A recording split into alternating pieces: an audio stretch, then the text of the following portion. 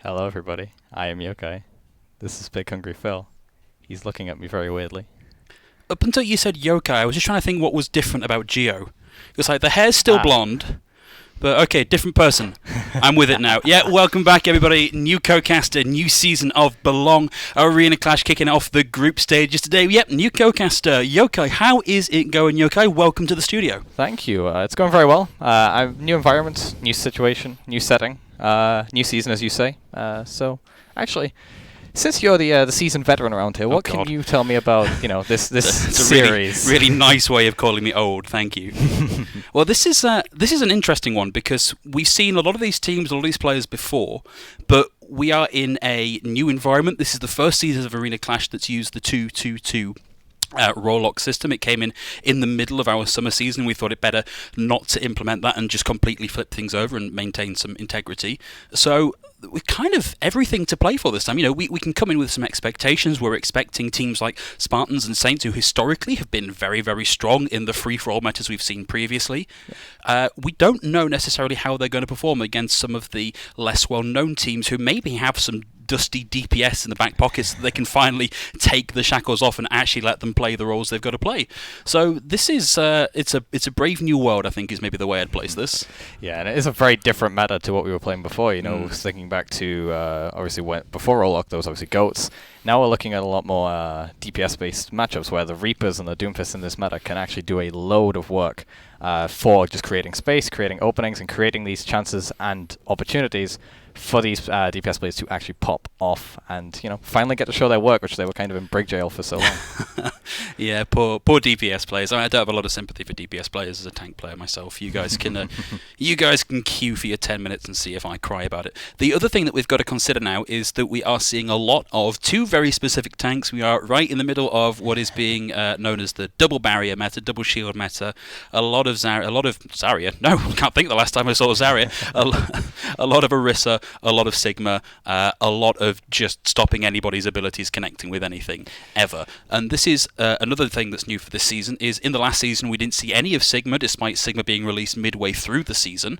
So we don't know who our team's Sigma players are, and it's such a pivotal role at the minute that can really make or break a team's performance. Yeah, and even thinking back to the recent Gauntlet as well, where we had some DPS players, such as for Team Envy, we saw Buds, traditionally a DPS player, coming back and playing that Sigma role. So it's not going to just be the off-tank players we see. You could see a main tank player come in, could see a DPS player.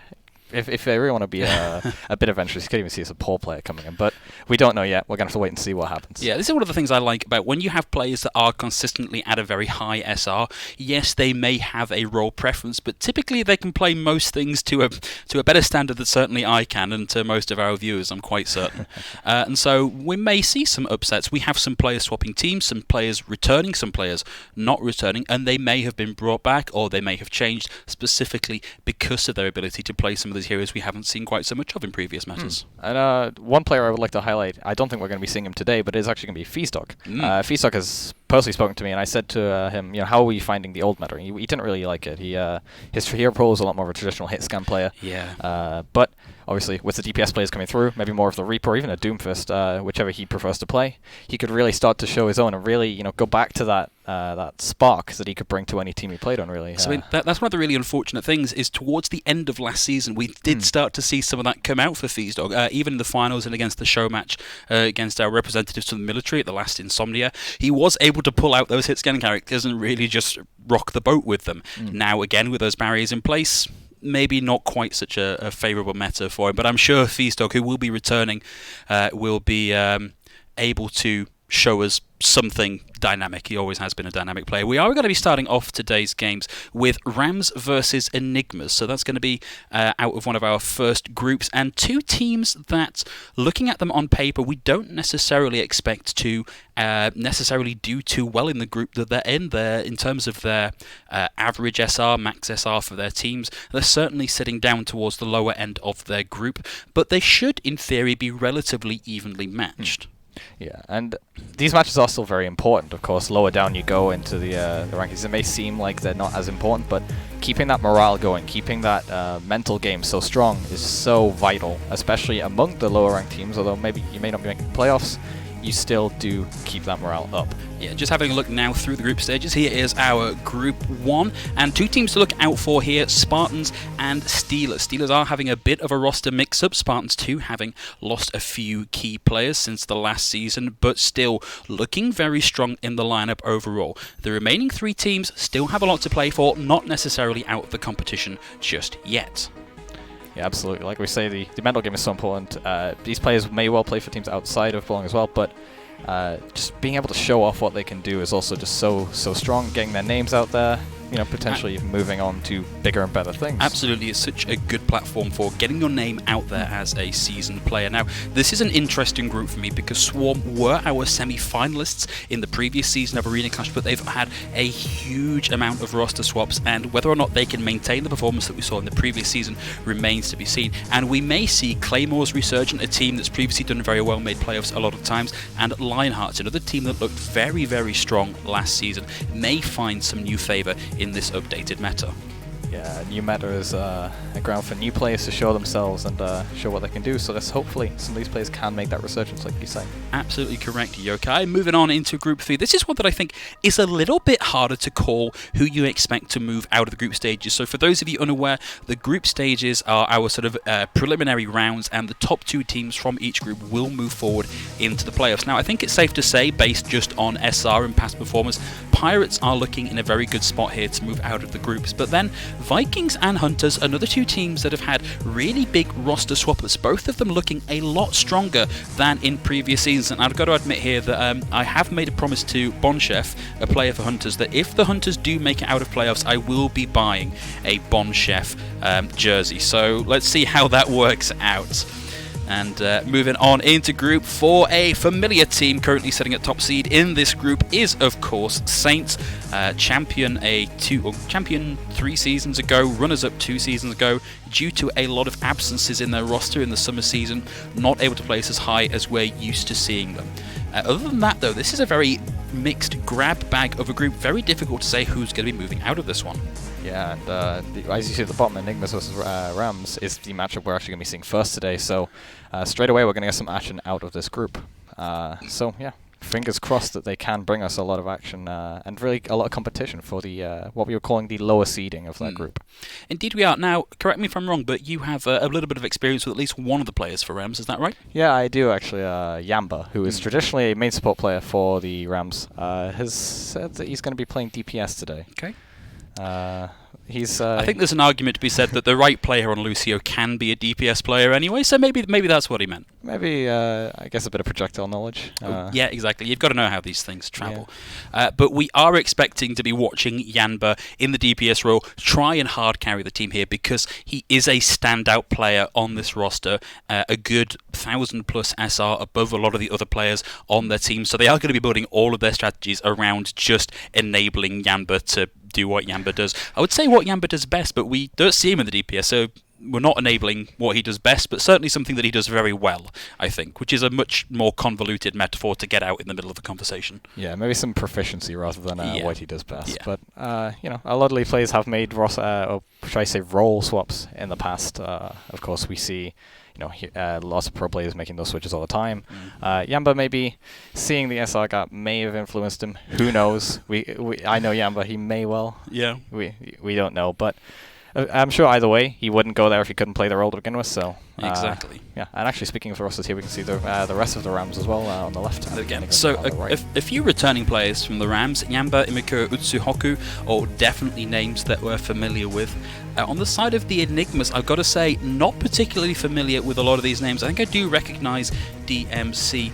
But going back to what we were saying about the relative SR of these players, Enigmas are one of our lower ranked, lower seeded teams this season, so I think this is going to be a real struggle for them. I don't want to count them out just yet, because they, on average, they certainly have some players who were not expected to perform terribly, but overall I think they are in a bit of a hole coming up against Rams. Yeah, and I do think the big matchup that we will be seeing is the tank matchup, of course.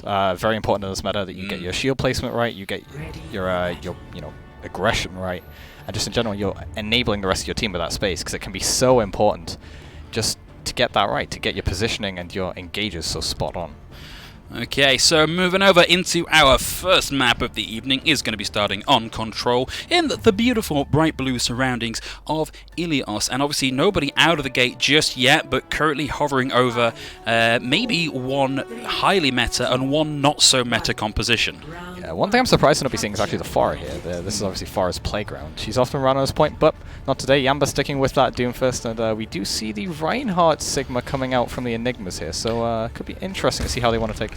Reinhardt Sigma is certainly unusual. We are going to see Rams coming in hard now, taking a much more aggressive positioning punch coming through there from Yamba, able to connect onto Funky Weed, who gets out and gets healed back up again. Cypher's going to find it very difficult to aggress in through all of this shielding. Moxie now taking a lot of damage. They're trapped now in the room, and Rams are going to back off, send a couple of players back to cap the point now that it's unlocked, and Enigmas are going to have a hard job breaking that defensive setup. Wonderful interrupt there on the charge, and a pull. Ed getting in there with a kill as well. We do see the res coming through onto Moxie. Mink punished for the res. Moxie back down, 10% already capped for Rams, and we're going to see Yamba on the hunt, trying to find that McCree, down and out, unfortunately. And what you see there is just the fact that the Reinhardt has such a lower shield uptime than Orisa. Orisa can obviously keep replenishing the shield. Reinhardt has to put his shield down to heal it. And as a result, they just spammed the shield down, played the long game, played the more sustainable fight, and they were able to outright win that fight.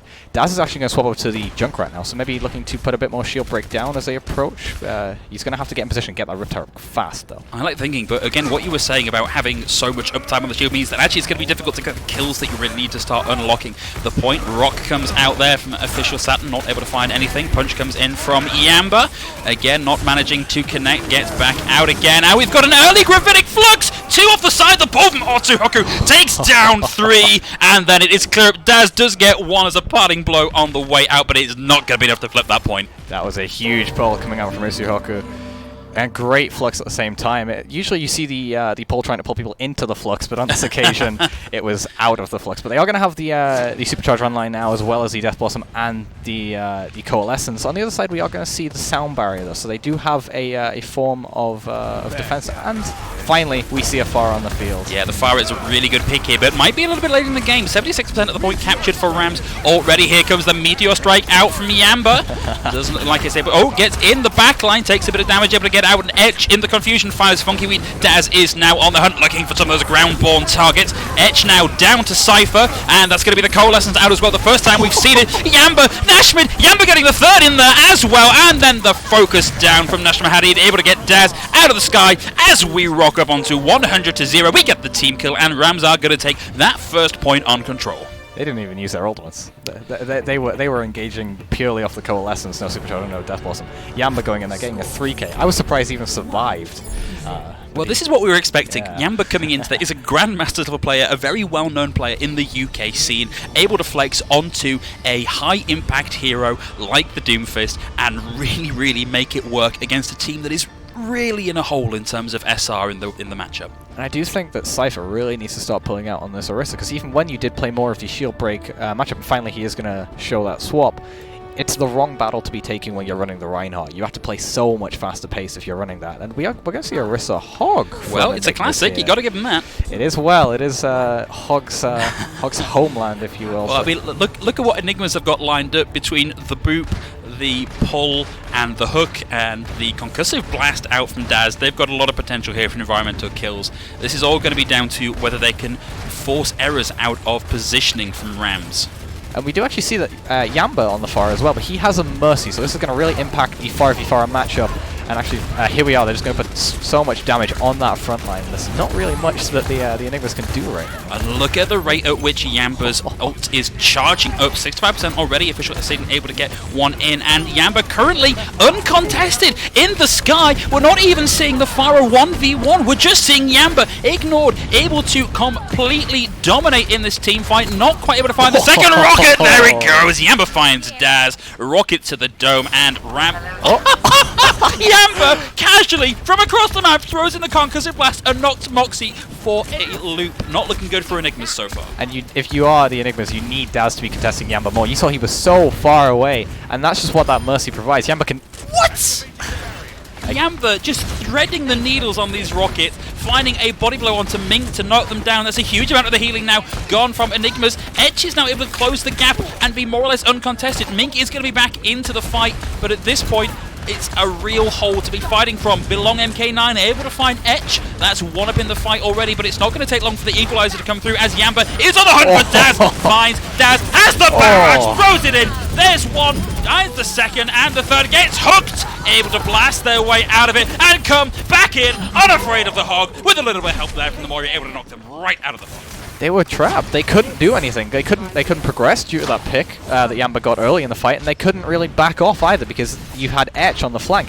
Yamba's creating so much pressure on this Pharah, and there's no answer coming out from Enigmas. You see MK9 on the McCree, but he's just not putting enough pressure on Yamba to really prevent any of this happening. Oh, well, there we go. Of course, there is a Mercy in the fight. Anxiety there will have the res, and you can hear that ticking over in the background, so it was a good pick, but it's not going to be enough to actually solidify that fight. Out comes the Coalescence from Mink 781. He really needs that to try and build some space and maybe find a kill, but it's not really materialized anything for them just yet. Yamba not going to find anything with that displacement, but is able to find Funky Weed, is now on the hunt, finds the support, finds the main tank with a bit of help there from Osuhoku, comes in and gets the rocket in onto Belong MK9. As we hit 92-0, we are not going to see a recontest from Enigmas just yet. Yamba's going to close the gap, wants to get in that last little damage to get the barrage, throwing it out just for good measure. Let's wrap up that fight with some fireworks.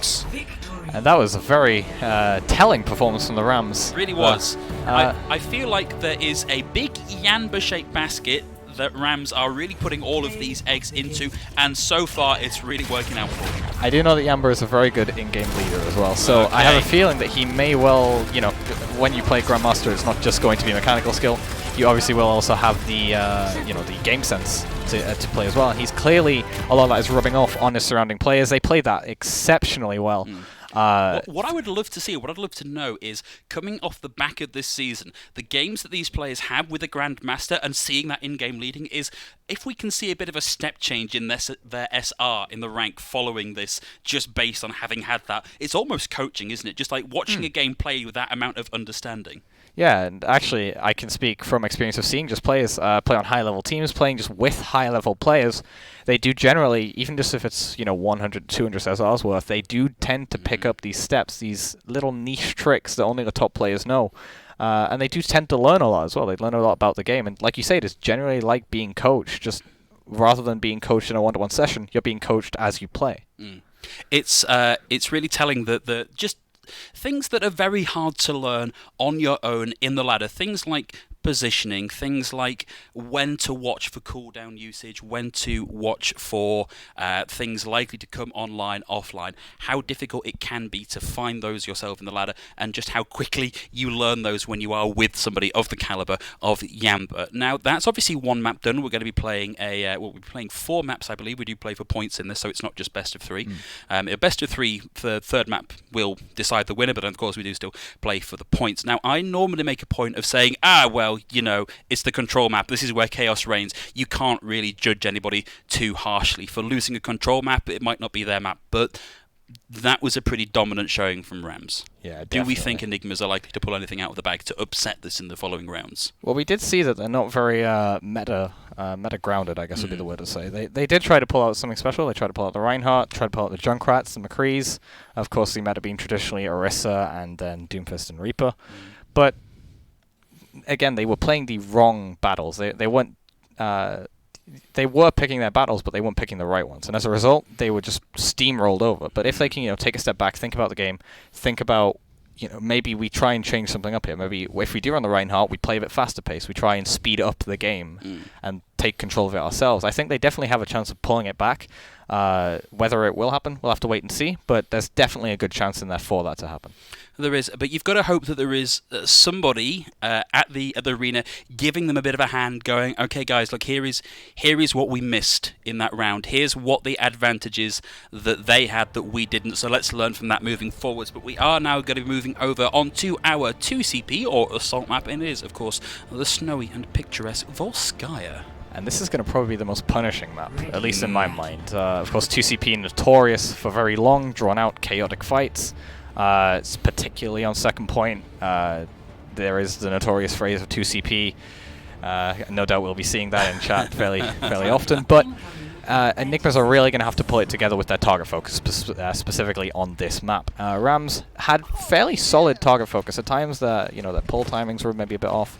But overall, they were actually very solid in that field. So I would say they do have the advantage heading into Volskaya here. But again, this is another map where anything can really happen. If you want to pull out Sombra or something like that, this is going to be where it's going to work. So one thing I'm quite happy to see here is that Enigmas are trying something maybe a little bit spicier. We are going to be seeing that Symmetra actually come out of spawn. So we're probably going to be looking... Oh, do you know what? We're not going across the gap around the back. Out comes the TP, up into the high window. I do like it. Nice approach. Not working out for them too well just yet, as we do lose both the Reaper and the Moira very early in the fight. That's the Mercy taken down as well. A halt to displace the remaining tanks, and it is going to be Cypher looking to back out and maintain as much of that ult as they can. Daz going down right at the end there. Did get 40% of the way to their ultimate, so not a terrible first push. Not a terrible first push, but as we saw from the early stages of the map there, Etch was just positioned on the high ground. He was behind them. They didn't know, so they just nonchalantly pushed in, and he was able to hit the backline at the same time that they wanted to engage.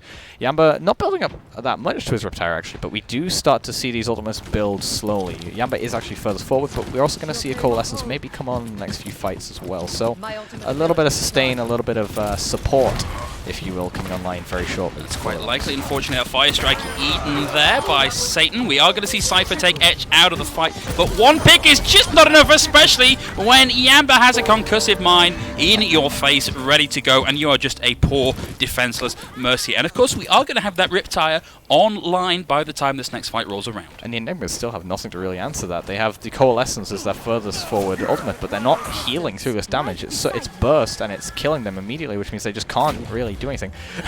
Utsuoku nearly getting that big pull as well, which would have skyrocketed his supercharged ult charges. But right now, just that Riptire. Maybe Enigmas can deal with this if Daz is on point with his shots. Well, and of course, Funky Weed, just with the one Fire Strike, can get rid of that.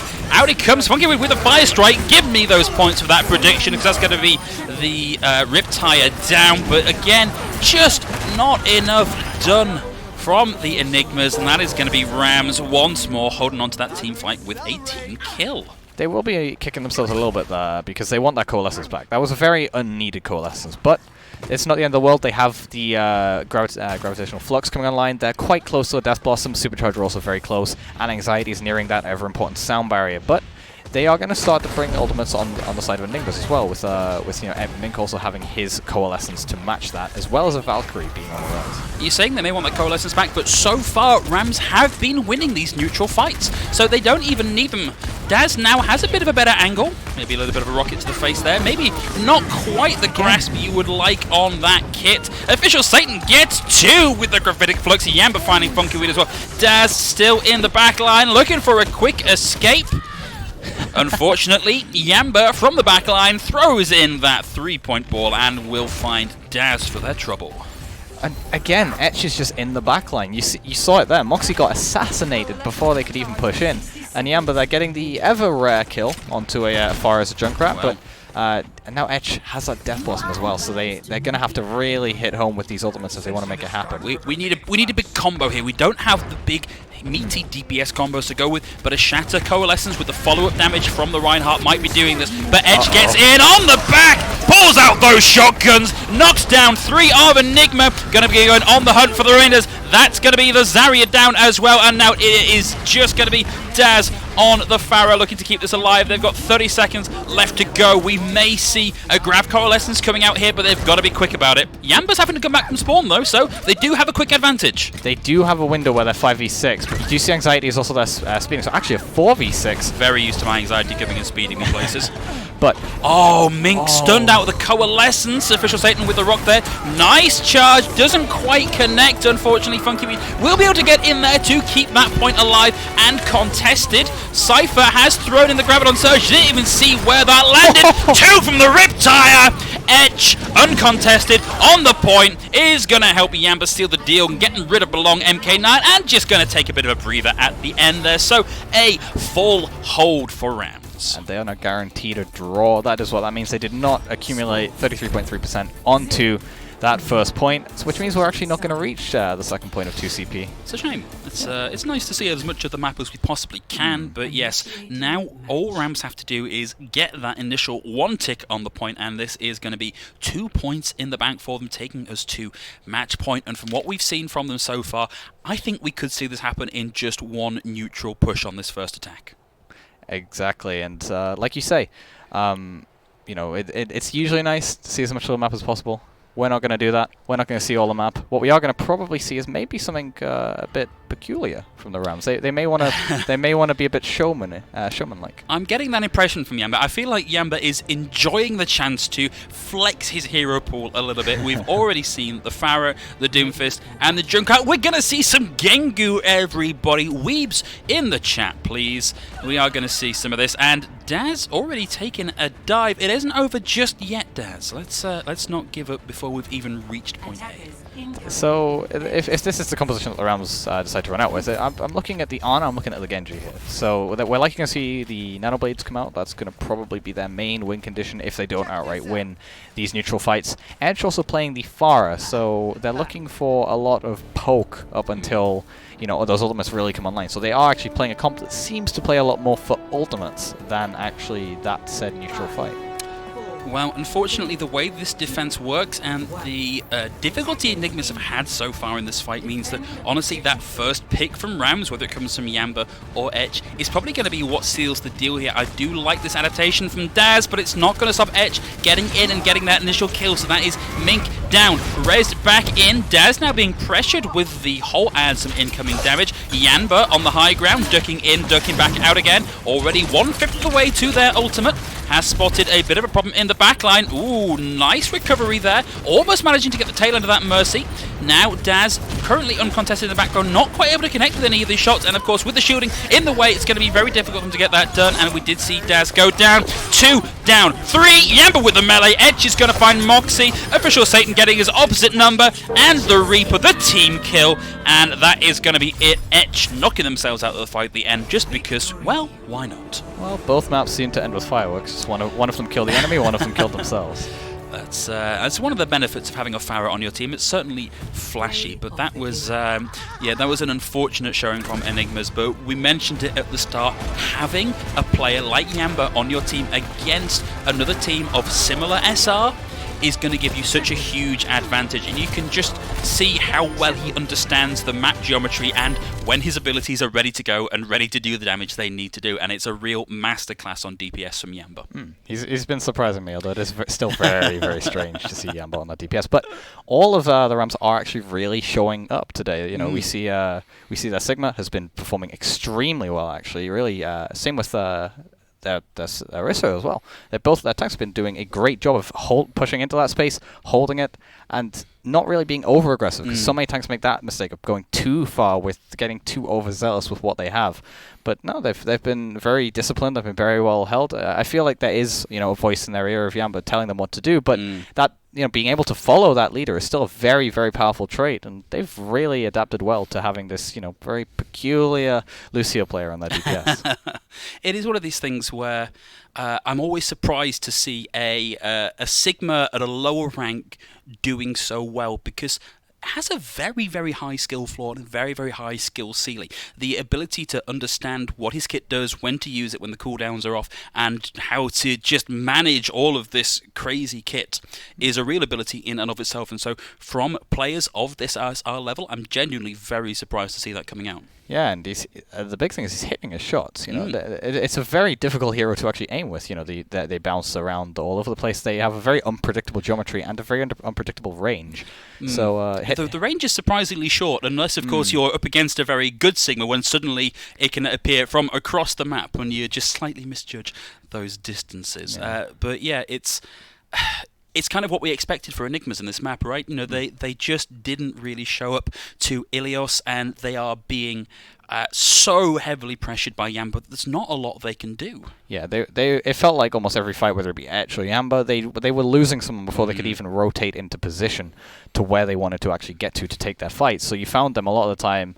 There was a very telling shot in the replays there, in the play of the game, should I say, of Funky Weed having to spin around and block shots from behind because his team was taking damage from behind, and they were still rotating at that time. So they need to be more cautious with their rotations, but also get to a point where they can complete these rotations, because right now, whether it be a Junkrat, a Pharah, or even just a Doomfist or a Reaper, they are not able to actually complete said rotations, which means they can't take the fights they want to. And like we said, they need to start taking the fights that their comps allow them to. I do wonder, just to change tack slightly, if we are going to see the entire roster of DPS heroes coming out from Yamba, because I think we've seen something different in every map that we've played, in every version of that. So we've seen Doomfist, Pharah, Junkrat, Genji, and we have only played 4 map ends, so we are going to be seeing Eichenwald next is going to be our payload map, so there's still a lot of heroes that we haven't seen yet, and I get the impression Yamba's just going, that one.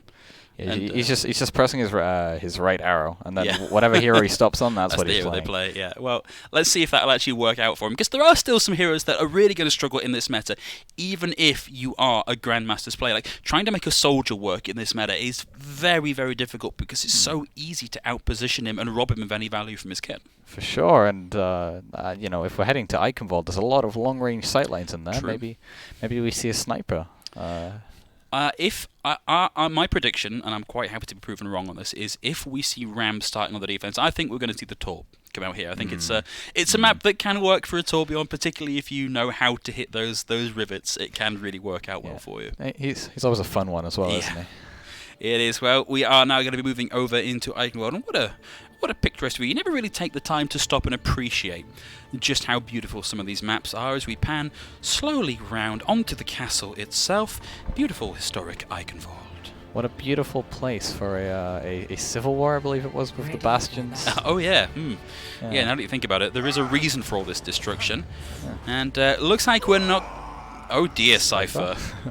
It was Daz taking that early tumble on the last one. Are we seeing a reset here? Are they starting to change? Are we going to see Cypher move over, or was that just a misplaced charge? Yeah, misplaced charge. Okay, but I actually like the thinking here from this with the Bastion and the double shield. It makes a lot of sense. I mean, especially if you're going to play these longer range heroes, you're going to want to protect Belonging K9 from as many angles as possible. And Daz is there to deal with the likes of the flankers, which Yamba, right now, showing that Genji again. Maybe we don't get the perfect sweep of a different hero on every map. Shame. But other than that, it is actually going to be the same comp that they ran on Volskaya Attack, just rather than Etch on the Pharah, Etch is on that Reaper. So maybe looking to create a few crossfires with the central point being that Bastion. Already rotating out of the range of the Bastion. It's going to be a nice fire strike in, getting a cheeky 20%. That is able to get the opening kill onto Utsuhoku. They may be able to make this work, but Funky Weed is down, and Cypher 2. Moxie falling to Nash Madid. And that is just going to be one and done.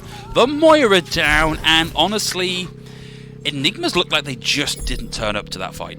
They got the initial pick as well, so had they have maybe, calmed it down, maybe played for the longer game, they do have superior healing in terms of area of effect.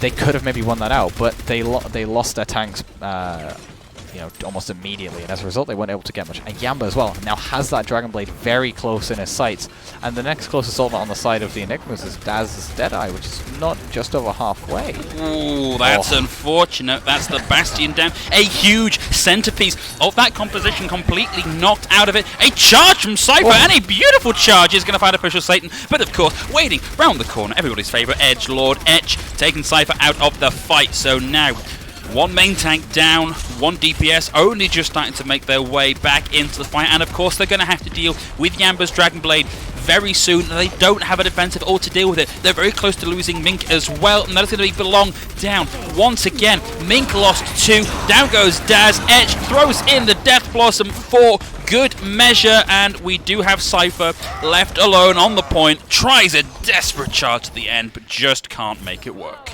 And this is looking worse and worse for the Enigmas here, because now you see that Yamba now has a nano boost to accompany his blade as well, so that's going to be a and they keep getting the picks onto this Bastion.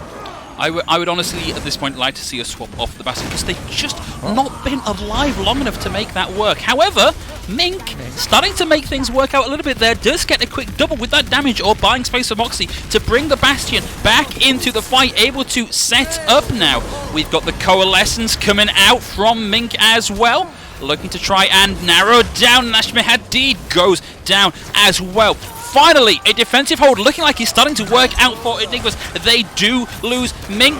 We almost saw the drag up on the High Noon, getting some value out of it. Sadly, not able to connect with anything, and that's going to be Funky Weed knocked down by the Rock. And Rams are still starting to close the distance. They now have that Nano Boosted Dragon Blade combo. There's now no longer the flashbang on the field. Yamba with the sword finds 2, finds 3, opens up the space for Edge to find Cypher with that shield turn. Wants that last second kill onto Mink. Edge able to find it now. Rams on an absolute tear. We did also see Belong use the configuration tank bomb and not have a chance to use it. Oh, I like it. They found it. They went for the flash. They went for the found the hammer. It just wasn't quite enough damage. And now the Gravitic Flux lifts Daz up into the air. Cypher down. Daz down. Goodbye, Moxie and Funky Weed, and Rams roll it in uncontested.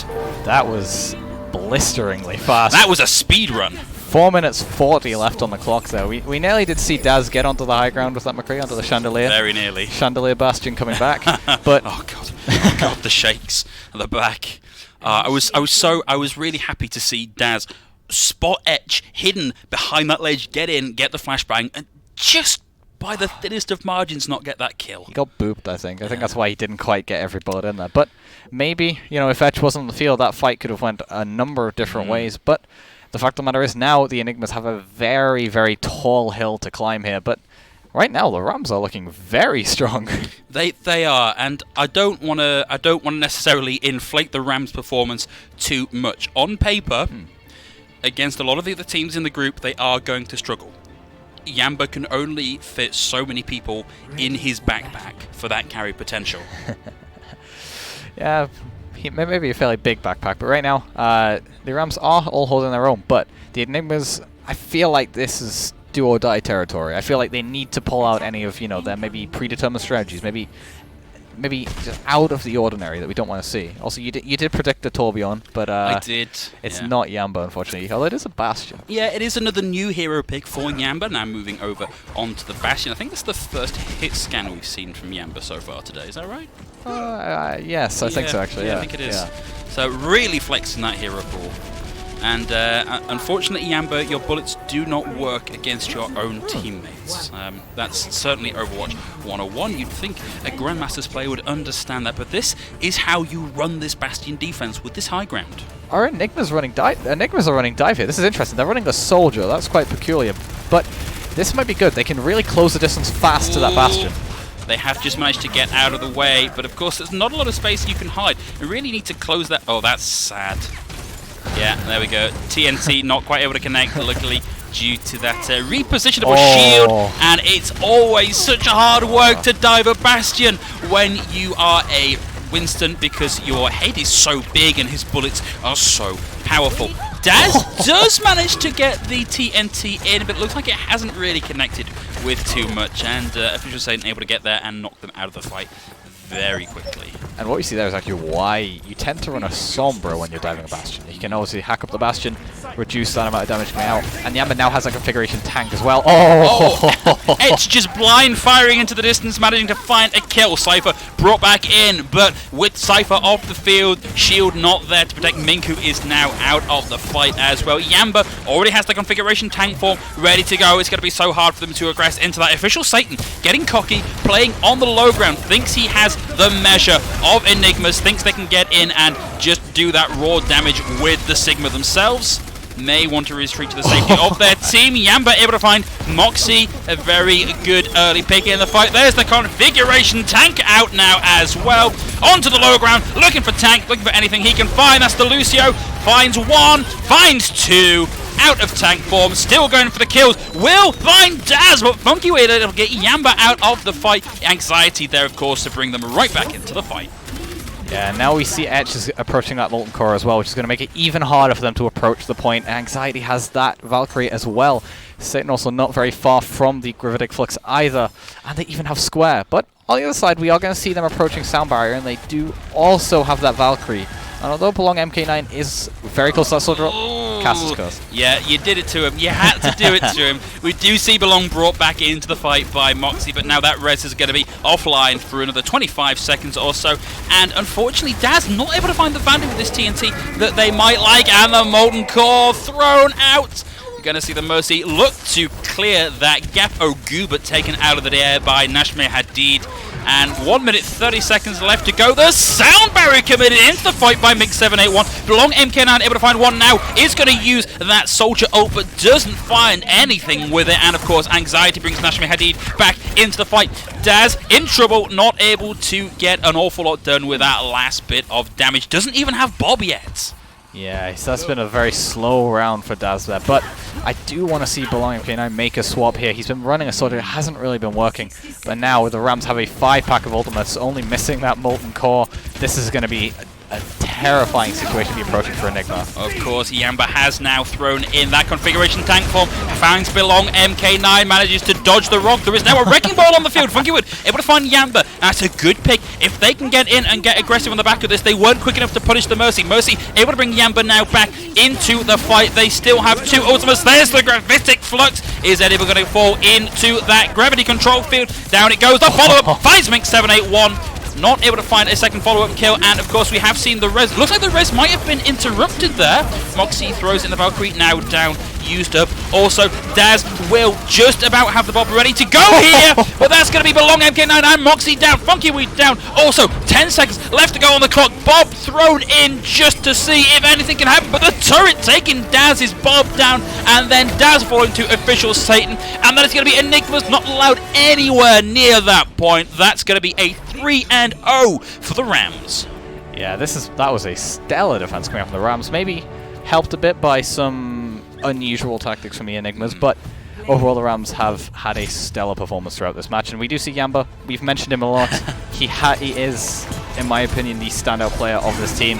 This Dragon Blade was actually stellar. Very and I think the thing that I liked about this was that you can see he doesn't quite manage to get the kill on the Cypher, but Cypher turns to try and put the shield in the way of the Dragon Blade, which I'm afraid doesn't work, and then just opens up the entire broadside of that Reinhardt to Etch on the Reaper to just knock them out of the fight also. And that's also why we actually probably saw the, or that sort of concept is why we saw the Reinhardt and the Orisa on the Enigma's defense, because they wanted to defend both sides. Of course, shields can only really cover one side, and actually that's also why the Orisa shield is so strong as well in this meta, where you have things coming from multiple sides, because it has a very distinct curvature to it as compared to Reinhardt's shield, which is a lot more flattened, if you will. And I think the other thing about it is, of course, because it's static, you know where it's going to be. You can play around it. You don't have to worry about your Reinhardt suddenly backing up without telling you. You know, you've got that permanent source of cover, sort of evasion of damage. Evasion's not a word.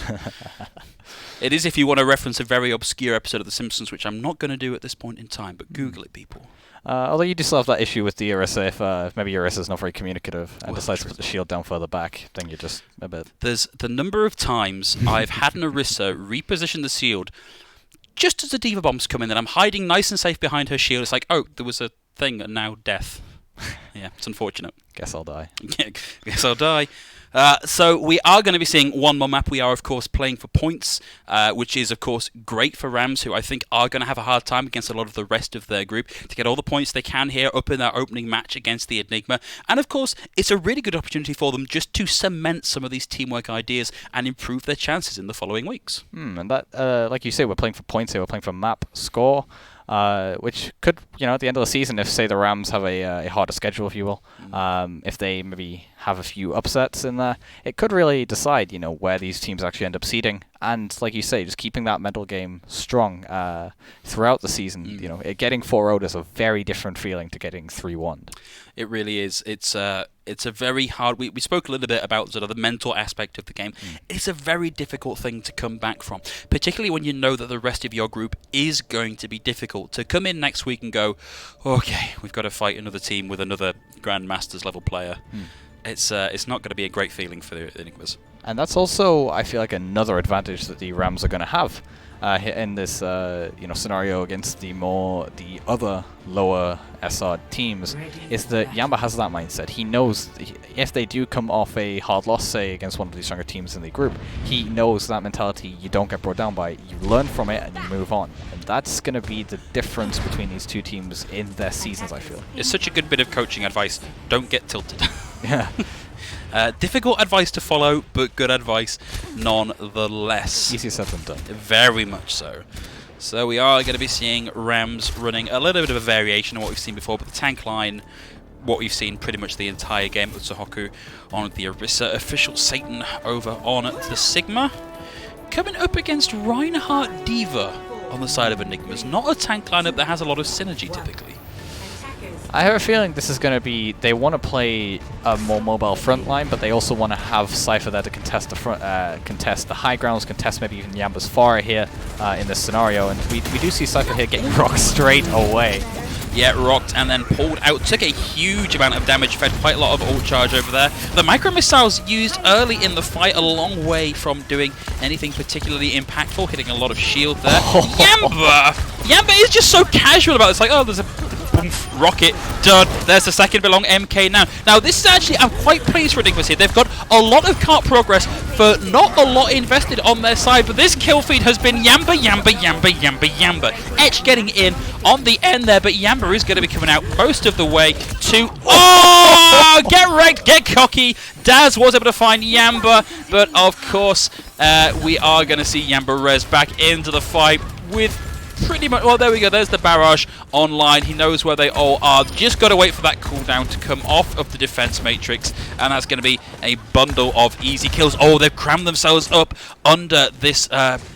Oh, Daz with the second. Daz absolutely showing up on the hand zone, and I don't think the res is off yet for anxiety. Yeah. So they might be in a 5v6. Funky Weed gets slept, brought back up again. Etch is able to get the equalizer with Belong MK9 going down. Funky Weed in a bit of trouble here. Needs to get in and start swinging that shield, generate that ult charge. Needs to be a little bit careful. Has the anti as well. Daz able to get Nashma Hadid. Cypher finds anxiety, and this is trade 2-4-2. Cypher gets rocked and demeched. So what looked like a very promising opening there for Rams is, for Enigma, sorry, has definitely been, well, jammed back down again, and we're going to see this really, really cruel stagger over on Cypher. But Daz is really starting to punish people. I love it. Oh, the dragon! Interrupted by the barrage is going to find Etch, but Yamba's still up here and uncontested. Has the Mercy in the sight, knocks them right down and out of the fight. So that early advantage caused by the dragon and the difference in respawn advantage not able to necessarily turn up to anything just yet for Enigmas. So they are starting to move the payload though. Yeah, and this has basically been one long fight. They haven't really reset. The Cypher is very out of position there. Yeah. Oh, the shatter! But the shatter does not affect the dragon. The dragon plowing through, and Edge able to get Moxie there as well. And that is going to be the unfortunate Mercy trapped in the corner. Yamba with some calisthenics at the end of the fight to keep those calves warm.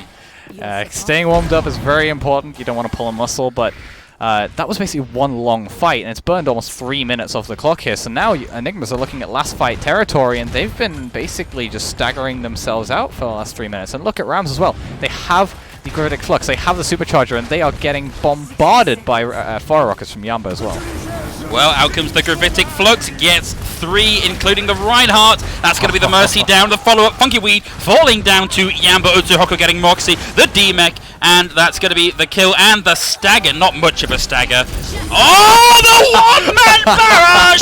Yamba down, raised back into the fight. Yamba is just absolutely styling on these guys. Yamba's having a blast right now. I can envision the smile on his face as he plays this game. At the same time, not really liking the pressure that Daz has been putting on him. But right now, they are in do-or-die situation, and they have the Supercharger as well. This is not good. And of course, they will have the rally for Enigmas, but it's not enough to counteract any of that incoming damage, and that's going to be Mink down as well. The rally gets popped, but Moxie immediately knocked down out of the fight as well. Utsuhoku pressuring the shield, has now one of their own. Yamba in the back. The X capitalizing on the pull, finds one, and that is going to be done and done and done. Just up to the first corner for Enigmas on their attacking push. And that is tragic as well, because that's normally where you get for free with them usually holding on the high ground there. So this basically means that they're going to have to hold almost at first corner. They're going to have to compromise their strategy just to really give themselves that extra fight. And Yamba's putting on an absolute clinic right now. Daz answered him a few times more than we've seen so far. He really has stepped up his game on this map, but so far the Rams still are looking so strong. And at the end there, when you're fighting into that Supercharger, especially alongside that Discord Orb, you're in such a bad situation because there is so much damage coming into your shield and to your body. I have to say, I really enjoyed watching Daz finally get a little bit of punishment in on the Rams. Rams were getting a little bit cocky, and Daz just went, no, do you know what? I actually know how to hit some shots, and started to punish people. It's just a shame we didn't see that out from them a little bit earlier. We saw them running the Ashe on Eichenwald, not really able to get too much with it. Maybe this is a look we should have seen from them earlier. Yeah, maybe it's a bit more of it could well be something to do with tilt. I know there are certain players that come online almost when they're tilted. They feel like they have something to prove. So it could well be that coming off the Enigmas, or it could just be that they've warmed up. It's a real yes, let the hate flow through you kind of moment we're seeing from Daz is what we're suggesting could be going on here. Rams, Widow. Not a lot of change up in their tank lineup, but we are going to be seeing Yamba now, as Yokai said, flexing over onto the Widow. I'm a fan of this. I maybe not from a strategic standpoint, but definitely from a standpoint that we want to see as many heroes from Yamba today as possible. And we'll see. We're seeing a dance party for Enigmas getting themselves psyched up for all 4 spinning at once. And they need to be careful. They need an aggressive hold here because they don't have to. Rams don't have to push this particularly far. Oh, that's going to be Yamba on the high ground. Looking for Dinks. Uncontested. Not doing anything just yet. Oh, takes a lot of damage there. Down to 20 health. Etch able to find Daz. Yamba not having that much luck with the Widow. I'm almost happy to see that because he has been so dominant so far this evening. But providing a huge amount of pressure because, of course, you've got to be permanently hard shielding against that Widow or she will start to get those picks. Yamba finds 1, then 2, getting rid of Moxie. The long line finds a 3rd. Funky Weed down. More calisthenics from the man on the Widow making Yamba as that payload rolls its final few centimeters into the finish. And Rams take us to 4-0 in the series in the first of this season's Arena Clash. I feel like he heard you. I feel like he heard you when you said, yeah, he wasn't having much luck. And he was like, you know what, Phil, I'm going to shut you up. Look, there's the caster curse and there's the caster enthusiasm burst caused by disparaging a player. Inspiration, yeah. We're going to see official Satan Rock in that play of the game there with the Gravitic Flux and the follow-up. Able to use that bounce at the end there to get the kill onto Belong MK9 and eventually the Mech Diva. But it was an unfortunate match to open things up, really a little bit of a cursed match to start things up on this season of Arena Clash, incredibly one-sided. And I don't know, for Enigmas, you got to feel a bit sorry for them because it was such a rough way to start this season. Yeah, it was. Although they did still have some bright spots. Of course, we mentioned Daz. Funky Weed also showing a very, very strong Sigma towards the end of Eichenwald there. But overall, obviously, it was a very, very one-sided affair. Of course, the scoreline does show 4-0. But there are definitely blocks to build on, which I think is the most important thing heading into the series for the Enigmas, and especially if they can start to come together, maybe see this less as just getting pounded by the Rams, and more so see it as a learning experience, could definitely turn around their season in the weeks to come. I agree, and that's one of the key things about Arena Clash. One of the things I really like about Arena Clash is for players like Enigmas who maybe don't have the SR advantage that we see for other teams, it's such a good environment to come back and study and review. And I know that there are people in the wider Arena Clash community who will will go out of their way to help players on teams like the Enigmas to learn from their mistakes. So we might not see the Enigmas being the high flyers that we might see from some of the other teams, but we will see them improve as players over the course of the season, if we're lucky. Yeah, and also just to mention as well, a lot of the players that we saw in the Rams were sitting around, similar SR levels to the Enigmas. Obviously, just Yamba was the outstander there. Slightly different, but they were some of the players on the Enigmas were of a similar skill level. So, that does come to show what pull having that Yamba leader out does. of that team, and I think we see a very different matchup. It's just unfortunate that Yamba happened to be close to that particular arena rather than any of our others. That meant that this first matchup was not great for the Enigmas. Well, maybe fortunate, depending. Fortunate, depending on who we're talking about here. But that is the first of our matches this evening over. But we are going to be throwing over to a short break when we're going to be coming back with Steelers versus Invincibles for match number 2 of this evening. So please don't go.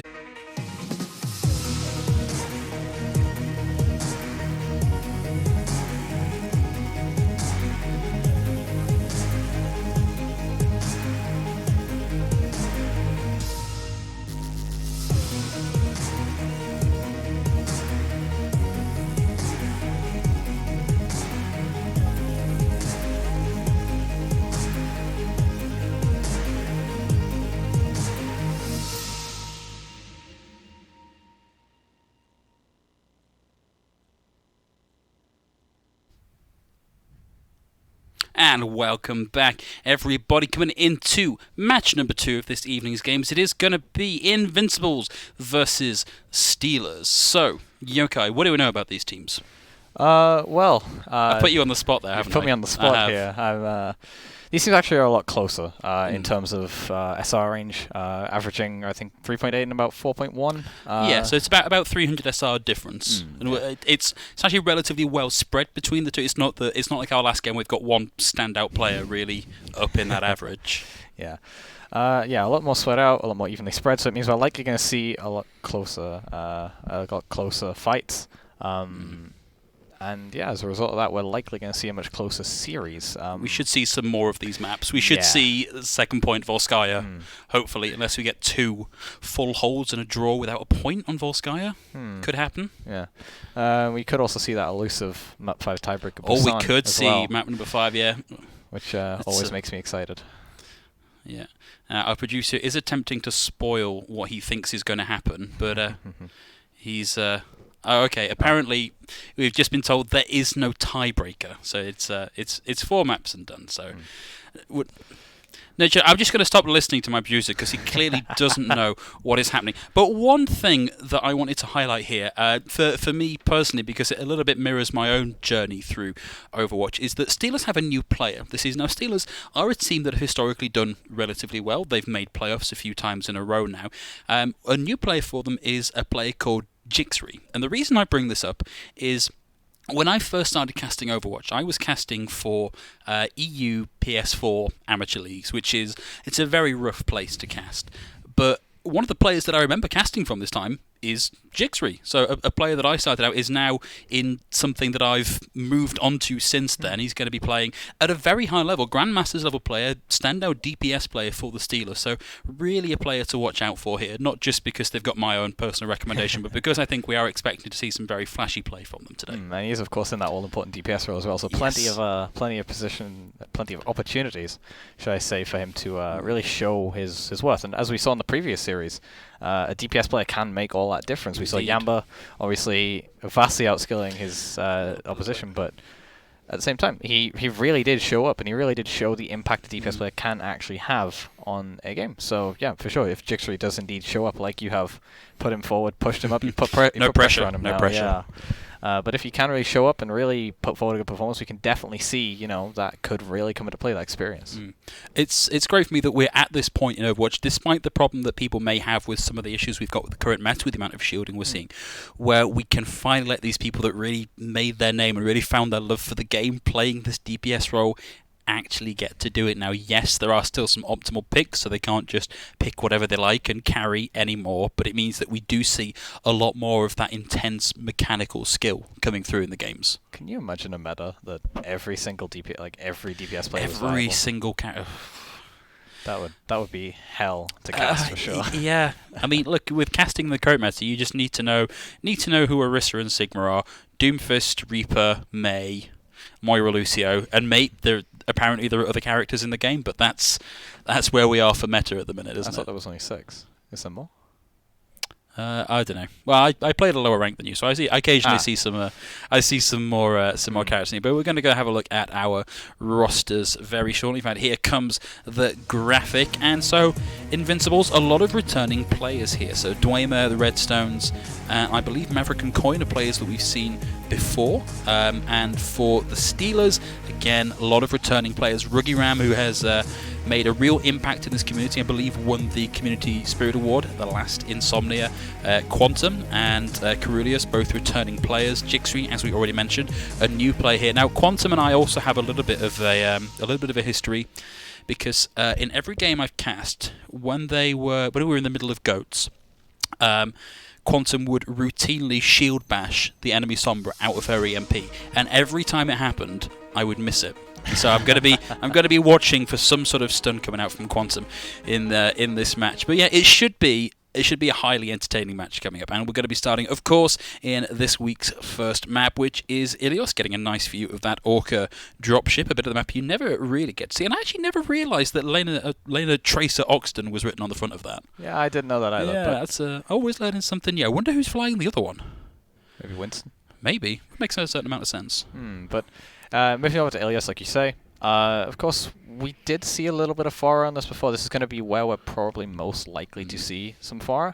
Of course, Ilios was the original map where Pharah really came into her own, started really, for a long time, was almost a must-pick on Ilios. But also, we may well see Flabberjack come in with those boops. We may well see some big pulls if we head over to Well. There's a lot that can be run here, and we may actually... Are we going to see the Orisa Hog here from Invincibles? Well, so far we're 4 seconds away from actually starting into the game, and it's looking likely. We've also got Dwemer playing the Widow, another character that's almost infamous for being played on this map, and we will have a double shield coming out from Steelers. It's going to be very difficult for Dwemer to actually get a lot done with that here. Steelers are going to be the first to point, opting to roll out with Flabberjack on the Lucio as compared to Classy on the Anna, foregoing that speed boost for some additional utility. Big Paul gets a few in, not able to find anything, and that's going to be Maverick knocked out of the fight very early. Sketch fighting that opening pick. Quantum coming in second, pushing down the Redstones, Coin and Aesthetic down as well. Jixri getting 2 on the back end of the fight, and they don't want to let that go. They do want to stagger out Dwemer as much as they can. I'd be very surprised if we see Dwemer stick on this. Yeah, and that right there is the issue you have when you swap off either the Reaper or the Doomfist, because you want to be creating almost like a crossfire per se. You want to have almost 2 engagements happening at once, where they can very easily create pressure from another angle. And actually, Dwemer McCree here. Interesting. I sort of understand it. If Jixu's going to be permanently diving into you, having that flash there, having the hook, having the sleep, well, it's not going to do a huge amount when the Redstones is down and your shielding has been completely eliminated, allowing the Steelers to get into your back line and your mid line and your front line and just completely tear you to pieces. And this is what map control does for you. That now that they have this choke under control, Jixu can take these angles. He can have a much more impactful seismic slam, putting so much more damage down. At the same time, you have Quantum just walking straight into them, maybe even approaching from an angle. They have such an advantage here. And Chlassi is finally going to pick that Lucio and give them the speed boost out of the choke, but I think it's too late. It is too late. Halfway through the control of the map, Jixri doesn't quite find the combo with the pull, does manage to get a little bit of damage in, maybe not a huge amount, but it is going to secure the kill onto Dwayne with a little bit of help there from Riggy Ram with the Coalescence, and also that additional damage boost coming out from Sketch with the Supercharger, but the Redstone is able to get Jixri here. This might just be enough of an opening. Now that the Supercharger is down as well, Steelers have backed off slightly. We did see the Rock there connect with Ceruleus, and Maverick then able to take them down whilst they were on the floor. Quantum has to back out, will have the Death Blossom ready to go, but a big pull is going to drag a few of them up into the air. Dwemer able to get Sketch and Quantum.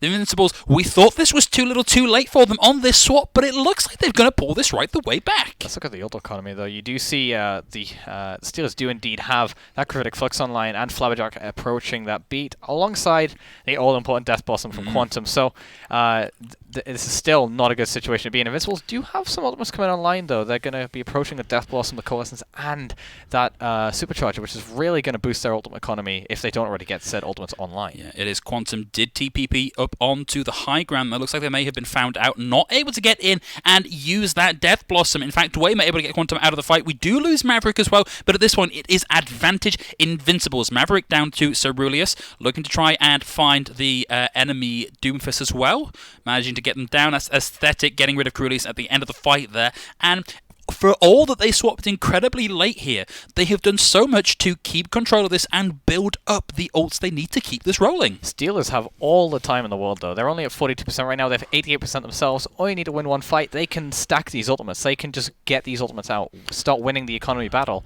And right now, it is a very even playing field. So I feel like Ceruleus has used the ultimate, but I didn't see it come through. Quantum, absolutely massive, coming in, gets two, opens up the space for Jixu to get in one with the Rocket Punch. Sketch with the cleanup there onto Dwayne. They only needed that one ult. They did use Rigiram's Coalescence at the end there as well, just to secure the victory. But Invincibles are going to be coming back in with a strong ult showing off their own. They have to touch point first. Yeah, 99 to 60. Maverick on the point. Low, booped. Desperation Death Blossom deals diddly squat damage. Sketch able to escape from that Gravitic Flux with a bit of help there from Ceruleus, getting rid of Dwayne, Aesthetic, and the Redstones all down. The Supercharger in just to secure the cleanup. And that is going to be 99 to 60 for the Steelers. A pretty good comeback from Invincibles, but it was too little, too late. They are going to have to bow and play the meta if Steelers are going to throw it at them. And we do indeed see like the strength of the meta, because once the Invincibles did make the swap, they were able to, pull it back. They were able to bring up a bit more pressure onto the Steelers, accumulate at that 60%, as you said. But the Steelers just clearly, they played it the whole time. They had the ultimate advantage. They were able to just wear down the Invincibles. Apologies, everybody. I've just been informed that we are, in fact, having some slight technical difficulties. Apparently, the audio has not been coming through to you guys, so we are going to take a little bit of a break while we figure out exactly what's going on, but hopefully we won't be outside of that for too long. I'm just waiting for word on the producer as to whether we're throwing to a break or if we're filling. Okay, well, we're gonna fill for a couple of minutes. So, based on what we've seen there from that very small sample size of game that we have for that particular match, the fact that Invincibles are able to bring that back in any way when they were in such a hole in terms of map control and ult chargement, what does that say about what that's going to look like in the initial fight where they're running that mirror matchup? It definitely gives almost a ray of hope, if you will, because it shows that they can win without those ultimates, and they can win against ultimates even when they don't have them online themselves. They did have some very strong neutral fights on that composition. It just seemed that once the ultimates came online, they had a bit of a hard time dealing with the enemy ultimates as well. So specifically, the Gravitic Flux is obviously a very big ultimate in this composition. Great for burning resources, great for burning ultimates. And it just felt like once they kind of used the Gravitic Flux, they maybe used a few other ultimates to engage on them. As a result, they were just unable to really deal with that pressure. But in the neutral fight, there's definitely a lot there for the Invincible. And it certainly looked like when we were just in the pre-match phase there, moving on to round 2, that we were seeing that meta composition coming out from Invincibles. But look, we were maybe seeing an adaptation coming through from Steelers, opting to run the Pharah rather than the Reaper. And we said at the start of this that it is a map where we do see a lot of Pharah. Do we think that's a sufficient advantage, giving your team that permanent sort of 5v6 health pool on the ground for the untouchable damage up there? Is that an adaptation that's likely to work for them? Well, the pressure the Pharah creates is so strong. Obviously, with the very tight, packed groups, you're going to obviously build those barrages very quickly, especially if you have the Mercy damage boost as well.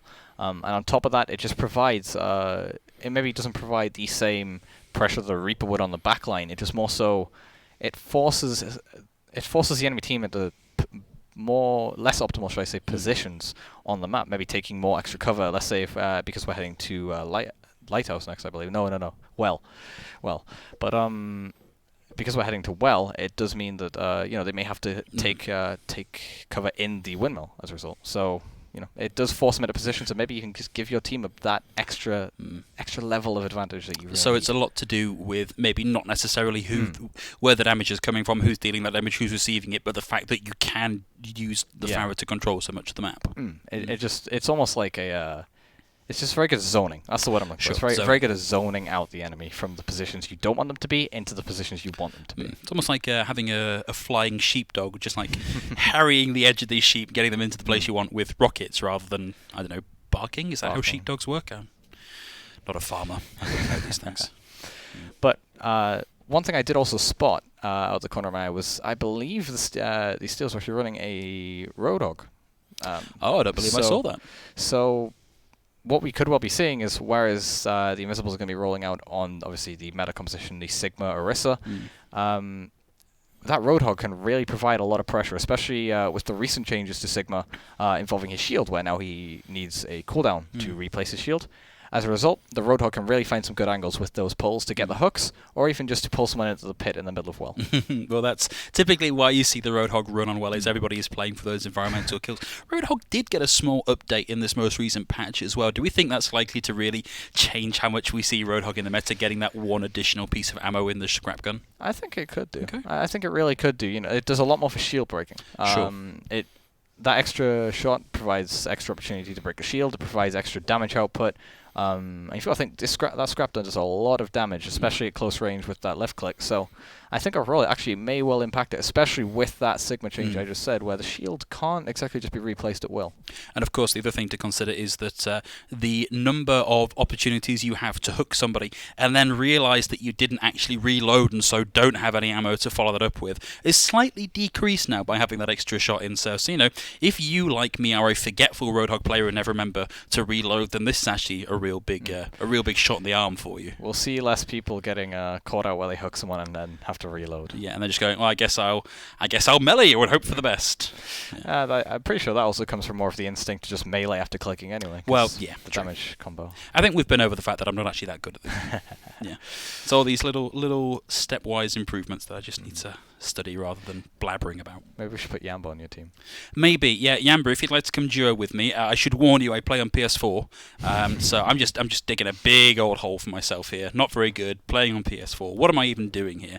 A question myself and my parents have both asked me.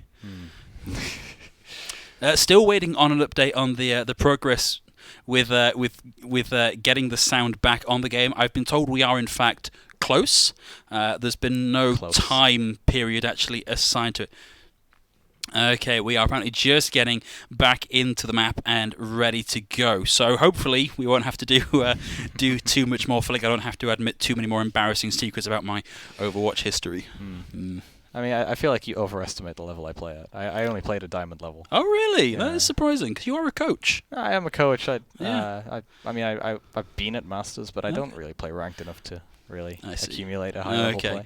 So what we are learning here is that the age-old tradition of those who can do, those who can't cast is alive and well with Yokai now on the broadcast as well. So I'm glad to know that it's not just me in that position. I think I always take a lot of heart from watching things like the Caster Showdown at the middle of Overwatch League, where they pit the casters against each other, and actually it turns out they're all terrible. It's like, okay, good, I'm on the right track. That's a bit rude to the Brenji. The Bridowmaker. The Broomfair. I don't think I've seen him do a 1v1 really. Probably on a stream because somewhere. it's Pugfist, isn't it? So. Oh yeah, it's Pugfist. Yeah. Although having said that, I happen to know that both Jaws and Leg Day do play at a top 500 level. And they are also very good at the job, so maybe there is a correlation there. Maybe. But I think we all need to also, if we're mentioning the Pugfist and the Bridowmaker, we have to mention the original Bloodthirsty support as well in Doa. Oh yeah, Doa. Well, again, still waiting on those final updates. We've been upgraded from close to very close, which we might be extremely close on the next one. Extremely close, incredibly loud. Astronomically might be close. our next one. Okay, we've just had a very, very important update from our production team, which is Dom, who's TO for Arena Clash, almost beat Leg Day in a Widow 1v1, which is, if there's ever a claim to fame, then it's probably one of the least impressive ones I've ever heard. Yeah. There are definitely more impressive players to beat in 1v1s, I would say. There are.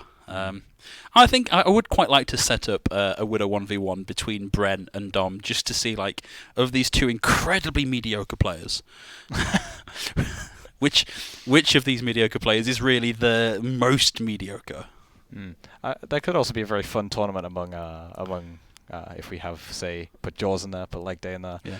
Maybe even ourselves if we really want to. See, I've been thinking for a long time we ought to have an arena clash. Let's get all the casters together. Let's pick a couple of games and let's just see what happens when we sort of randomly put these. Because I don't know, I have not a clue about FIFA or Rocket League or any of the other games that are played in arena clash. But I think it would be funny to put me up against someone who knows how to play those games. Maybe like the last week.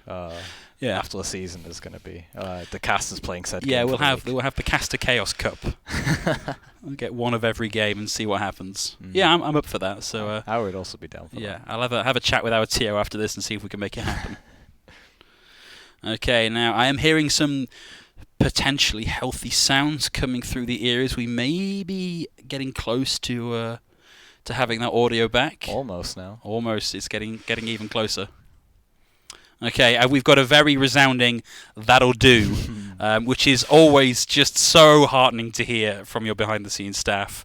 Like, guys, we think we can just about manage it. We think it's maybe not 100% terrible. Clear signs we provide only the top level of production here. Oh yes, yeah. I feel like we're going to be digging ourselves a hole. We're gonna. Okay, looking like we.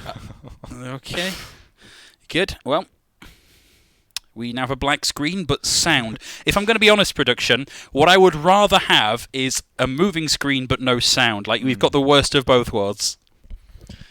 Okay, so production, when I asked you whether we should throw it to a 10-minute break. Okay. I'm getting myself in trouble with the production. Yeah. Okay, still got a black screen.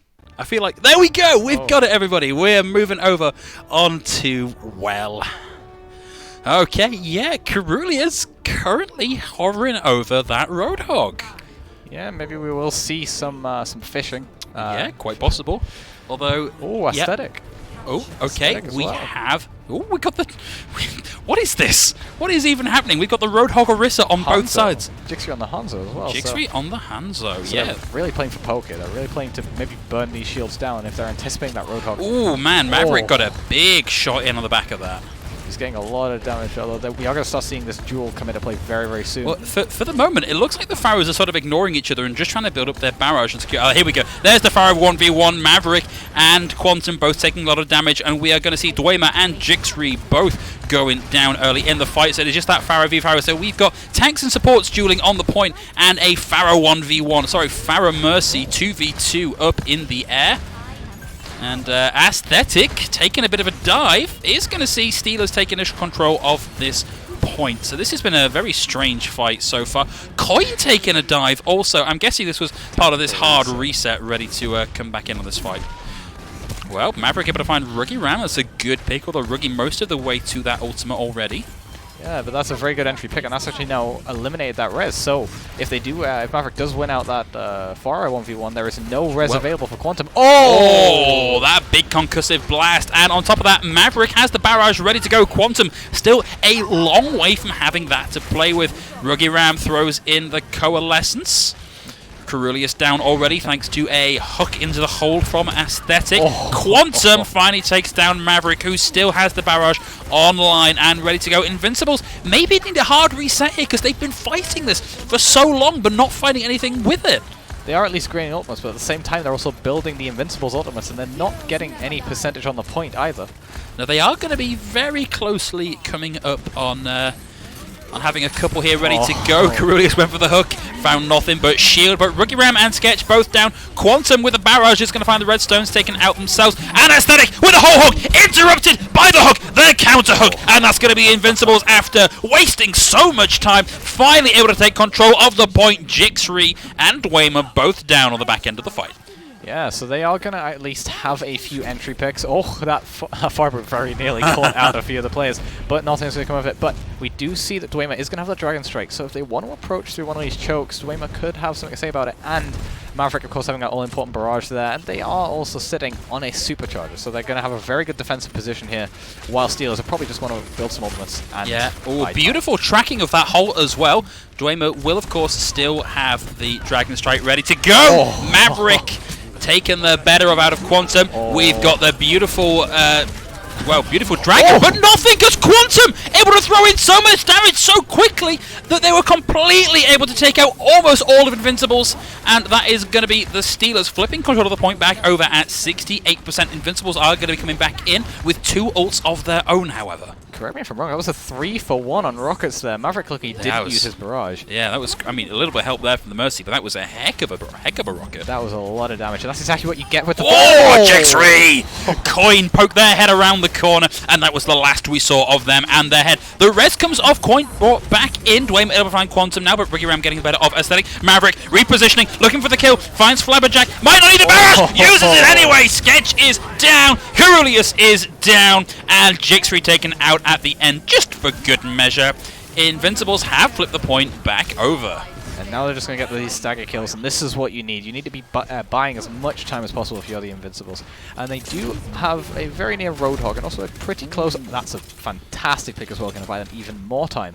But they do have the... they got the res. They got the res ready to go. They do have the whole hog very near, but they are fighting into the Dragon Strike and that Valkyrie as well.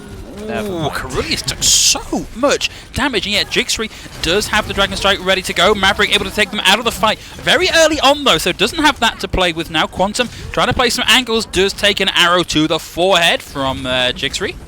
From Jix3 or from somebody? Aesthetic with a whole hog.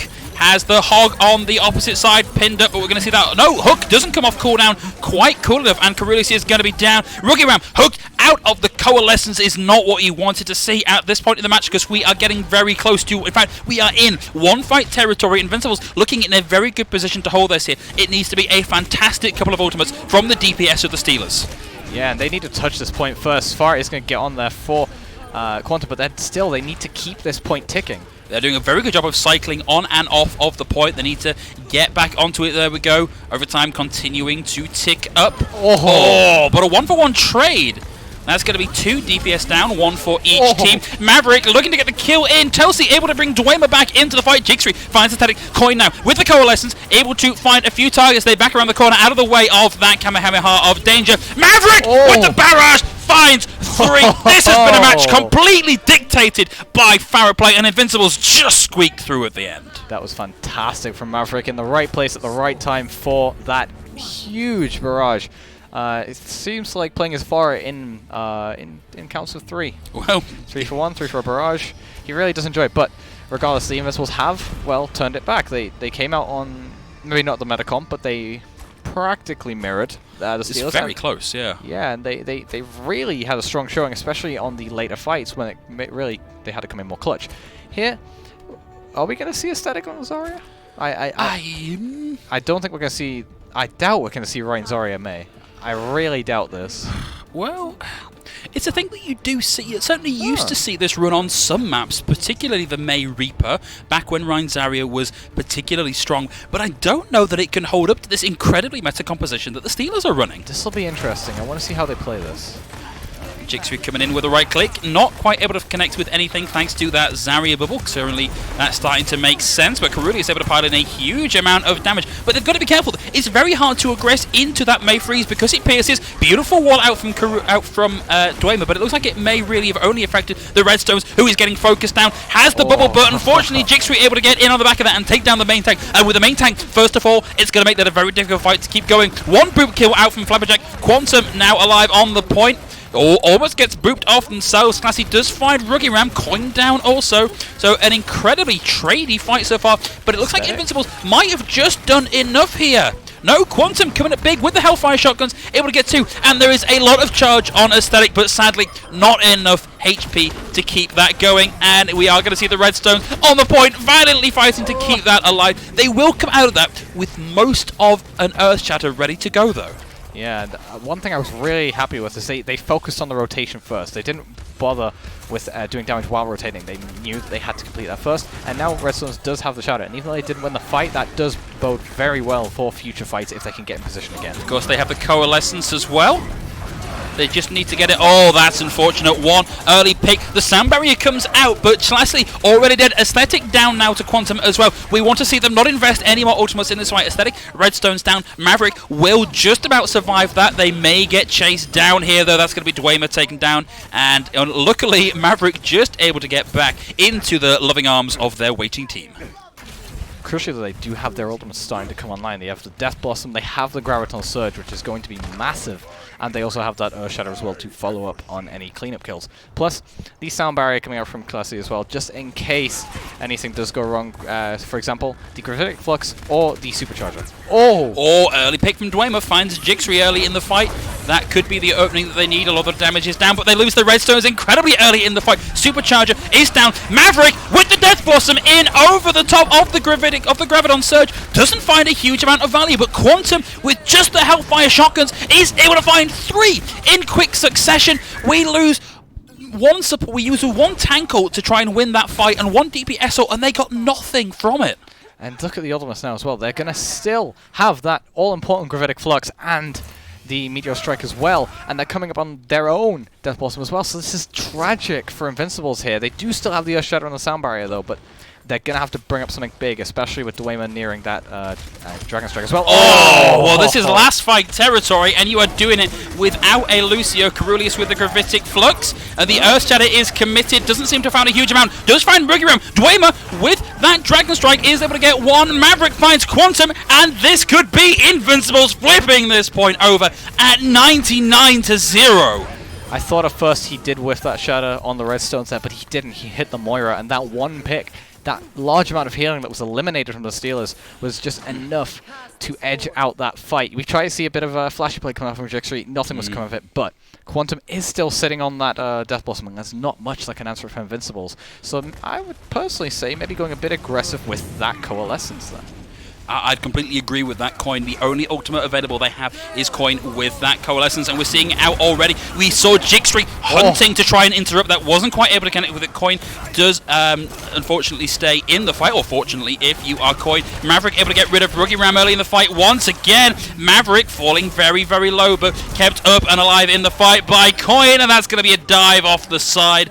They do get Redstones on the back end of it, but the Redstones is going to be coming back with most of a Shatter ready to go. And looking at the pool of ultimates that we've got from Invincibles, they are starting to have some answers on the board to the aggression from Steelers. Yeah, but Steelers are also coming back with some tools of their own. Flubberjack sitting on the Sound Barrier, and Regiram having that in Coalescence as well. Dwemer is going to have this Dragon Strike to bottle them up into the chokes, and Maverick on the Death Blossom as well, plus the Earth Shatter just for good measure. All Redstones find Sketch incredibly early in the fight. They're already in a 5v6. We would need some incredible DPS play out from the Steelers to get that going. Flabberjack decides to invest the Sound Barrier here, but Maverick has the Death Blossom. It doesn't do anything for him. In fact, taken out.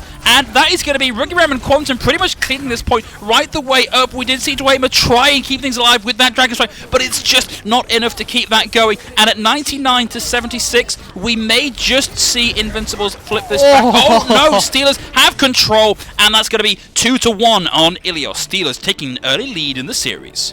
But a much better performance from the Invincibles there on the third and second maps there, respectively. And we did finally see some of their sort of, you know, off-meta, if you will, strategies come into play. Of course, they didn't end up winning out the map, but they did win a lot of fights that maybe they, you know, depending on what angle you look at it, shouldn't have. And Quantum, again, fantastic map from him, coming out with a lot of 3Ks. He really does like the number 3. I wonder if that's his lucky number. His lucky number. Well, yeah, we'll have to ask them after the game. But yeah, it's some of the picks that we saw there, certainly unorthodox for the level of play that we're expecting from these teams. Yeah. Excuse me. Yeah, we, of course, thinking about the meta, which is, of course, the strongest composition in any given patch. We usually think about the Orisa, which was still present in a lot of the compositions, but the Sigma, the Reaper, and the Doomfist. Of course, we saw a lot more Pharah, we saw some Hanzo, we saw some Reinhardt Zarya, which, you know, we haven't seen. It's a throwback. That's a throwback to Goats, if I've ever seen it. But regardless, we've seen a lot more than we maybe would expect from high-level teams. So, that's, at least for me, that sounds like this match is going to be a lot of fun. Yeah, it should be a lot of fun. So I'm anticipating seeing some more creative DPS picks. It wouldn't surprise me to see, perhaps on some of the payload maps, we might see some Bastion play coming out. Maybe we'll see some Junkrat, some Genji. At this point, given what we've seen, I think all options are currently open. Although I do feel like some of these off-meta picks that we saw coming out from Invincibles were maybe not the most effective. The Zarya, I think they very quickly realised they weren't getting a huge amount of value out of it, despite how quickly that Graviton Surge was charged. I think they had a lot more success when they did swap over onto the Sigma instead. They did have a very good what's the word? A good showing of the Zarya on the third map, but on the first map when they they didn't roll out on the meta composition. That was when it didn't work as well with the Roadhog. I believe it was on Ruins. So. Yeah. But that's the warm-up map done and dusted. Control out of the way. We're going to be moving over to our assault map, which is going to be, again, Volskaya, second time this evening. Maybe we'll see the second part of Volskaya in this map after we failed to see it in our first match of the evening. Maybe we will see something different, because we did see very similar comps from both teams on the defense. In our first series, of course, we did see the Genji on the offense from Yamba, but other than that, it was very similar. So maybe we can see some, maybe even a Sombra come here or there. Maybe. There have been rumors around around the Overwatch scene at the minute. Sombra is actually. We got some leaks. We got some internal leaks about. Not even leaks, just rumors that Okay. I've seen around messaging boards and such that Sombra is actually looking very strong in this current meta. I have to say, I have not had a chance to play with Sombra since the changes that arrived in yesterday's patch, but it does seem like she may have gained some utility. Mainly due to EMP, actually. Of course, EMP shutting down all cooldowns on the enemy team. Getting rid of shields. Yeah, and shields, yeah. That's the big one. That's what people really want. They just want to shut down all these shields. Well, I said that we might see some Bastion play. Wasn't expecting it here necessarily, but the Bastion Mei pick is interesting. I'll give them that. It's almost like a third shield, in a way. Oh, God. They're taking... they're taking double shield to another level here. Let's get a Brigitte in there as well. Just let's have all the shielding we possibly can. But they are just going to be holding this mid ground, which is actually probably one of the worst positions to put Bastion here. I personally recommend one of the further back high ground, much harder to reach. But regardless, this is what they are rolling with. And on the offense, some Pharah coming out again, and a McCree on the field. Oh, nice halt. Oh. Quantum able to find aesthetic before that hook connect, back into position to try and pressure down that Pharah. And of course, having taken down the Roadhog, already 30% of the way to the ultimate. A nice halt out from Sketch means that Quantum able to build another 12% on that.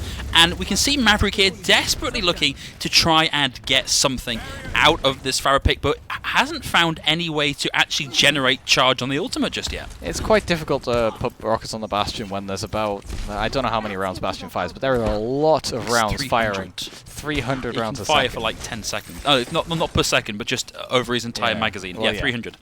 300 over approximately 10 seconds, yeah. It's quite hard to get the rockets in. Yeah. Well, we have got a nice reposition there, and the Immortality Field already burnt. That's the Immortality Field down. Flabberjack knocked off, and that's going to be a beautiful dislocate. The boosted damage coming out from Dwemer is going to knock Quantum completely out of this. So they still have the Mei to contest. That's going to be Aesthetic throws up, but Maverick currently uncontested in the sky.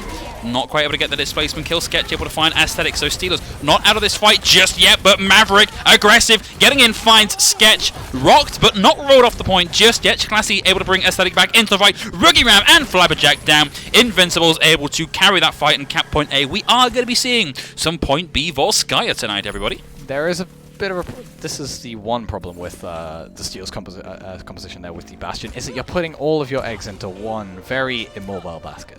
And all it needs to do is pick apart that Bastion, maybe get around the shields. They sent Maverick off on a flank on the left.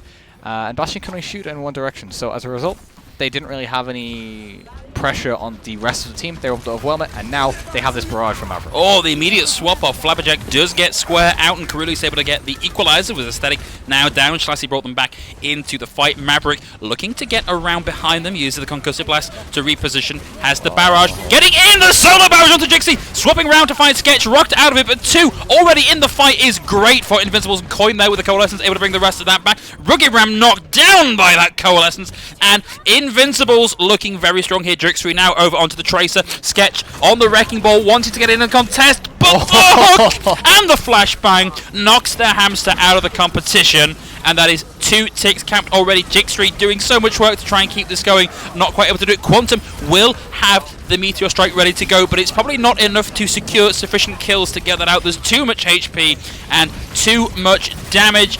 Steelers doing a great job of trying to stall this out, but Sketch just jammed up into that wall by the whole hog. That opening pick was so important. Flabberjack was straight away, I believe it was. He still did get the square off. They did get the equalizing pick, but of course Invincibles were running the all-important Mercy there.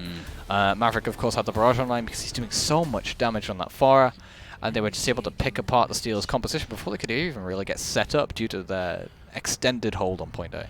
It's interesting to me that, a number of months ago we had changes made to 2CP that in theory made it much harder to snowball because you get those quicker reses when you're on the defense now so that you can actually form a proper defense and not just get completely clocked off the point. But in the right circumstances, with the right ultimates and the right early picks, you can snowball a point like this. And the Invincibles came into that with so many ultimates ready to go that the Steelers really didn't have much of a chance. Yeah, and the important thing as well is although you do spawn faster, you still have to formulate that plan. You still have to communicate what you want to be doing. So other people are spawning faster. They do still need to make said hero swaps before they leave spawn. Steelers were clearly caught napping a little bit there. Flabberjack was caught out in the open, got picked off, and although they did mirror it, like I say, one side had a Mercy, one side didn't, and they were just able to snowball and push that advantage. Very disciplined from the Invincibles there. Steelers now falling back onto this meta composition. The Invincibles, however, opting for something, again, a little strange. They're going for pick potential here, particularly with Dwemer currently playing the Hanzo, and just the sheer volume of damage going to be coming out from that at distance is a force to be reckoned with. It's going to cause a lot of problems for Quantum in particular, who is, going to have to basically walk up to his enemies to do any damage. Jixri's going to be a bit of a harder target, but a lot of characters on the Steelers, should I say, including Sketch on that Orisa, have very large head hitboxes. So Dwemer could very easily be looking to hit one of those. Oh, Sketch gets the rock! And a big Hulk coming up as well. The follow-up rock coming out from Carulius doesn't seem to have done a huge amount of damage. And again, this is going to be a very difficult thing to get through with those double shields. But aggressive already. Beautiful displacement coming out from Jixri. Buys a huge amount of space for the rest of the Steelers to aggress in. Now, Maverick has the high ground. The spread on those shotguns not particularly great for trying to fight from the high ground. Big rotation coming out from the Steelers, including a bit of a displacement out with the Holt. Currently still playing up on the high ground. They now have quite the advantage, able to rain in damage from that distance. They've got to be a little bit careful of flankers. You can see Sketch here just double checking that there isn't randomly a Reaper getting ready to go. In comes that punch. Not able to find the kill, does a lot of damage. Not entirely sure what that even landed on for that seismic slam, but Quantum able to get one Maverick with the equalizer, but Quantum getting the better of Maverick. Jixri able to really open things up with the coin going down. Jixri also finds the redstones, and that is going to be just as good. In fact, a slightly better attack time out from Steelers than we saw from Invincibles. Yeah, this is what the Hanzo is not so good at. Once that fight broke down into a brawl, the Doomfist of Jixri was just so much stronger than the Hanzo of Dwemer. And we are going to see Aesthetic actually swap over to the Roadhog here, so they're looking to exploit that change again that we were talking about before the series, where Sigma now requires that extra second of shielding. But we'll have to see if that's going to work. Yeah, and I like this out from Carulius, moving forward at pretty much the same rate as the shield there to just close the distance. Sketch able to get the opening kill. Dwemer now has the dragon ready to go, looking for an angle. Might have found it there.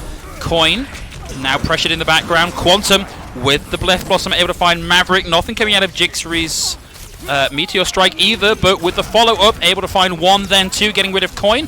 Now that's going to be Chlassi down as well. Dwemer on the high ground, unprotected, undefended.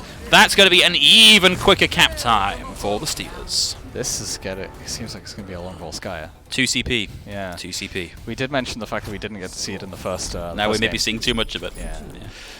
But regardless, the Steelers, of course, they saw the Invincibles hand, and they said, I raise you, sir. I raise you 51 seconds. So the thing that struck me here is that on the defense, both teams were running interesting variants rather than the metacomp. And when the metacomp or something similar came at them, the defense crumbled. So we might see the mirror here now that people have gone, okay, we've got the silly season out of our system for now. Let's just out-meta them. But it is also a very interesting dynamic, specifically with what the Invincibles running on the defense, due to that Hanzo, of course, while they are rotating, is deadly. But if once they get in position, once they start to set up for that brawl, that's when you start to lose your damage. And we do see Dwayne hovering off the McCree right now with Maverick on that Pharah again. That's a lot of pressure, and they've been very strong on them. The Pharah, I buy, I understand that. I think that's a reasonable pick. I don't necessarily agree with the McCree pick, and I don't necessarily agree with the Roadhog pick here. Yeah, I feel like this is more certain players going back to their comfort picks more than anything. But I do see why you may want to run the McCree. Obviously, the Flashbang, very deadly to flankers, very deadly to Doomfists who maybe don't have a cooldown. What is Flabberjack doing? Scouting, I would imagine. Oh. Come on, Carulius, we've got a game to play. No more sitting around on your rock. Flabberjack will want to be with his team, though. They want to speed out and catch him by surprise, it seems. There we go. I think just handing over a bit of information. Oh, yeah, Maverick has sussed them out, knows where they are. It's an aggressive play coming out from Steelers. Jixri goes in with the Seismic Slam, able to find the redstones around the corner. Oh. Beautiful fade coming out from Coin, robbing any value out of that. But we have got one tick already given over to the Steelers. Big Seismic Slam, all of the damage in. Maverick already with the barrage. Finds two.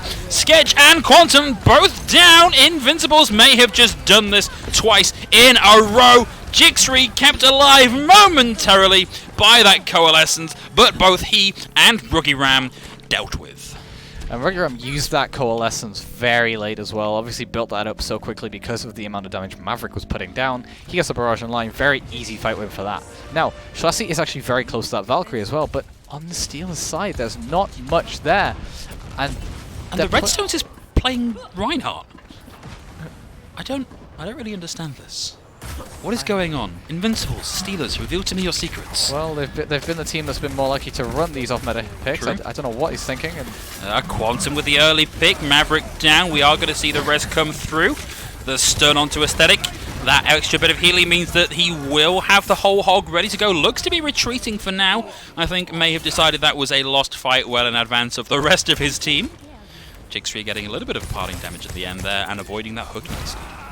I have a feeling that it was more so down to Aesthetic there rather than the Redstones. I feel like Aesthetic wanted to get that whole hog online. I thought for a second there you were saying the retreat was through Aesthetics. They just wanted it to look very good. You, of course, meant the player Aesthetic. Yeah. Aesthetic was very close to that whole hog, so I guess they did want to get that online. Not too sure how much value they're going to get out of it, but Dwayne also sticking with McCree very close to that high noon, but Jixri now has that Meteor Strike as well. Oh! Wow, Quantum took a big hit from the Fire Strike, and the follow-up there from Dwayne to knock them down. Jixri is going to get rid of Dwayne, who gets raised back up again. Aesthetic able to find one kill, finally, with the whole hog. Flabberjack down now as well. The Redstones off the side with Carulius as well. But Invincibles look like they are going to be in control of this point. The barrage from Quantum. It's a 1-for-1 trade at this point. And as we approach 50% capped, we may see this go over. The contest is coming in. Rookie Ram now throws in the Coalescence. Carulius, Flabberjack able to get two quick kills in succession, and what looked like a done deal for Invincibles stopped at the 50% mark. And that is the first example of true 2CP that we've seen. Now this time bank is slowly dwindling down. They start off with 4 minutes, of course, getting that extra 30 seconds once they capped. Now they're down to a minute and a half. They do have the shot on. They are going to have... Redstones! What was that? Maybe a little bit of a showboat, maybe a bit of a bait. I knew the camera was on it. Yeah, but Dwayne is also going to have that that Deadeye right now, but Carulius is sitting on that Flux as well, so that could really be terrible when they're pushing through this choke. It's going to be... There we go. Well, that's going to be... To be honest, that's kind of good for them. With a minute left to go on the clock, you want that ult out of the way. And just take this fight loss and just get out and come back at it again, as Jixri is going to be charging up this Meteor Strike, has it now, ready to go, and Aesthetic killed right at the end of that fight, lost a huge amount of time for the team. Yeah, now, although Aesthetic is not online with this Graviton Surge, we do see 5 other ultimates really coming online, especially compared to the fact that the only real ultimate on the Steelers field is going to be Jixri's Meteor Strike, which is going to allow that extra aggression, that extra pressure. but how much can they get in comparison to the 5-pack that the Invincibles have ready for this next fight? This is all going to be down to placement. Oh! Oh no! Dwemer knocked out of the fight so early on. Sketch able to pile in a lot of damage with the help from that Mercy boost. And it looks like we're not going to see Dwemer rest in this fight just yet. Maverick taken down as well. It looked like it was their fight to win with the ultimates they had on board. But with 15 seconds left to go, they're not going to be able to manage a 14 fight here. The Redstones throws in the shadow because at this point in the fight, why not Maverick desperately trying to use that concussive blast to get to the point that little bit quicker, but with 3 seconds left to go on the clock, that is going to be all we see from this attack run from the Invincibles, and we almost saw Dwemer touch right at the end there, just not quite quickly enough. The interesting thing about that was, why did Dwemer go Hanzo to get back to the point faster? You get the leap, and I guess you get the Vault vault over the wall. And to be fair, they nearly made it. He did nearly make it, but I feel like, with a Tracer... Tracer would have been the smart would have pick. made it. Yeah. Regardless, Invincibles, I doubt they would have won that anyway, even if he had touched. But they did still get 50% on point B, which means that we are going to see a winner in this round. No more draws here. No more draws. 2CP is coming to an end. And no more rounds either. But Steelers really turning around that defense. Their first point was very weak. It crumbled very easily. Invincibles, second point, they tried something new, and I'm not sure it worked out. I think maybe 1 or 2 fights is what you should have given that, then going back. But regardless, I feel like, maybe if they positioned Dwemer better here, this Bastion could well work, especially now that they're running the more meta Bastion composition.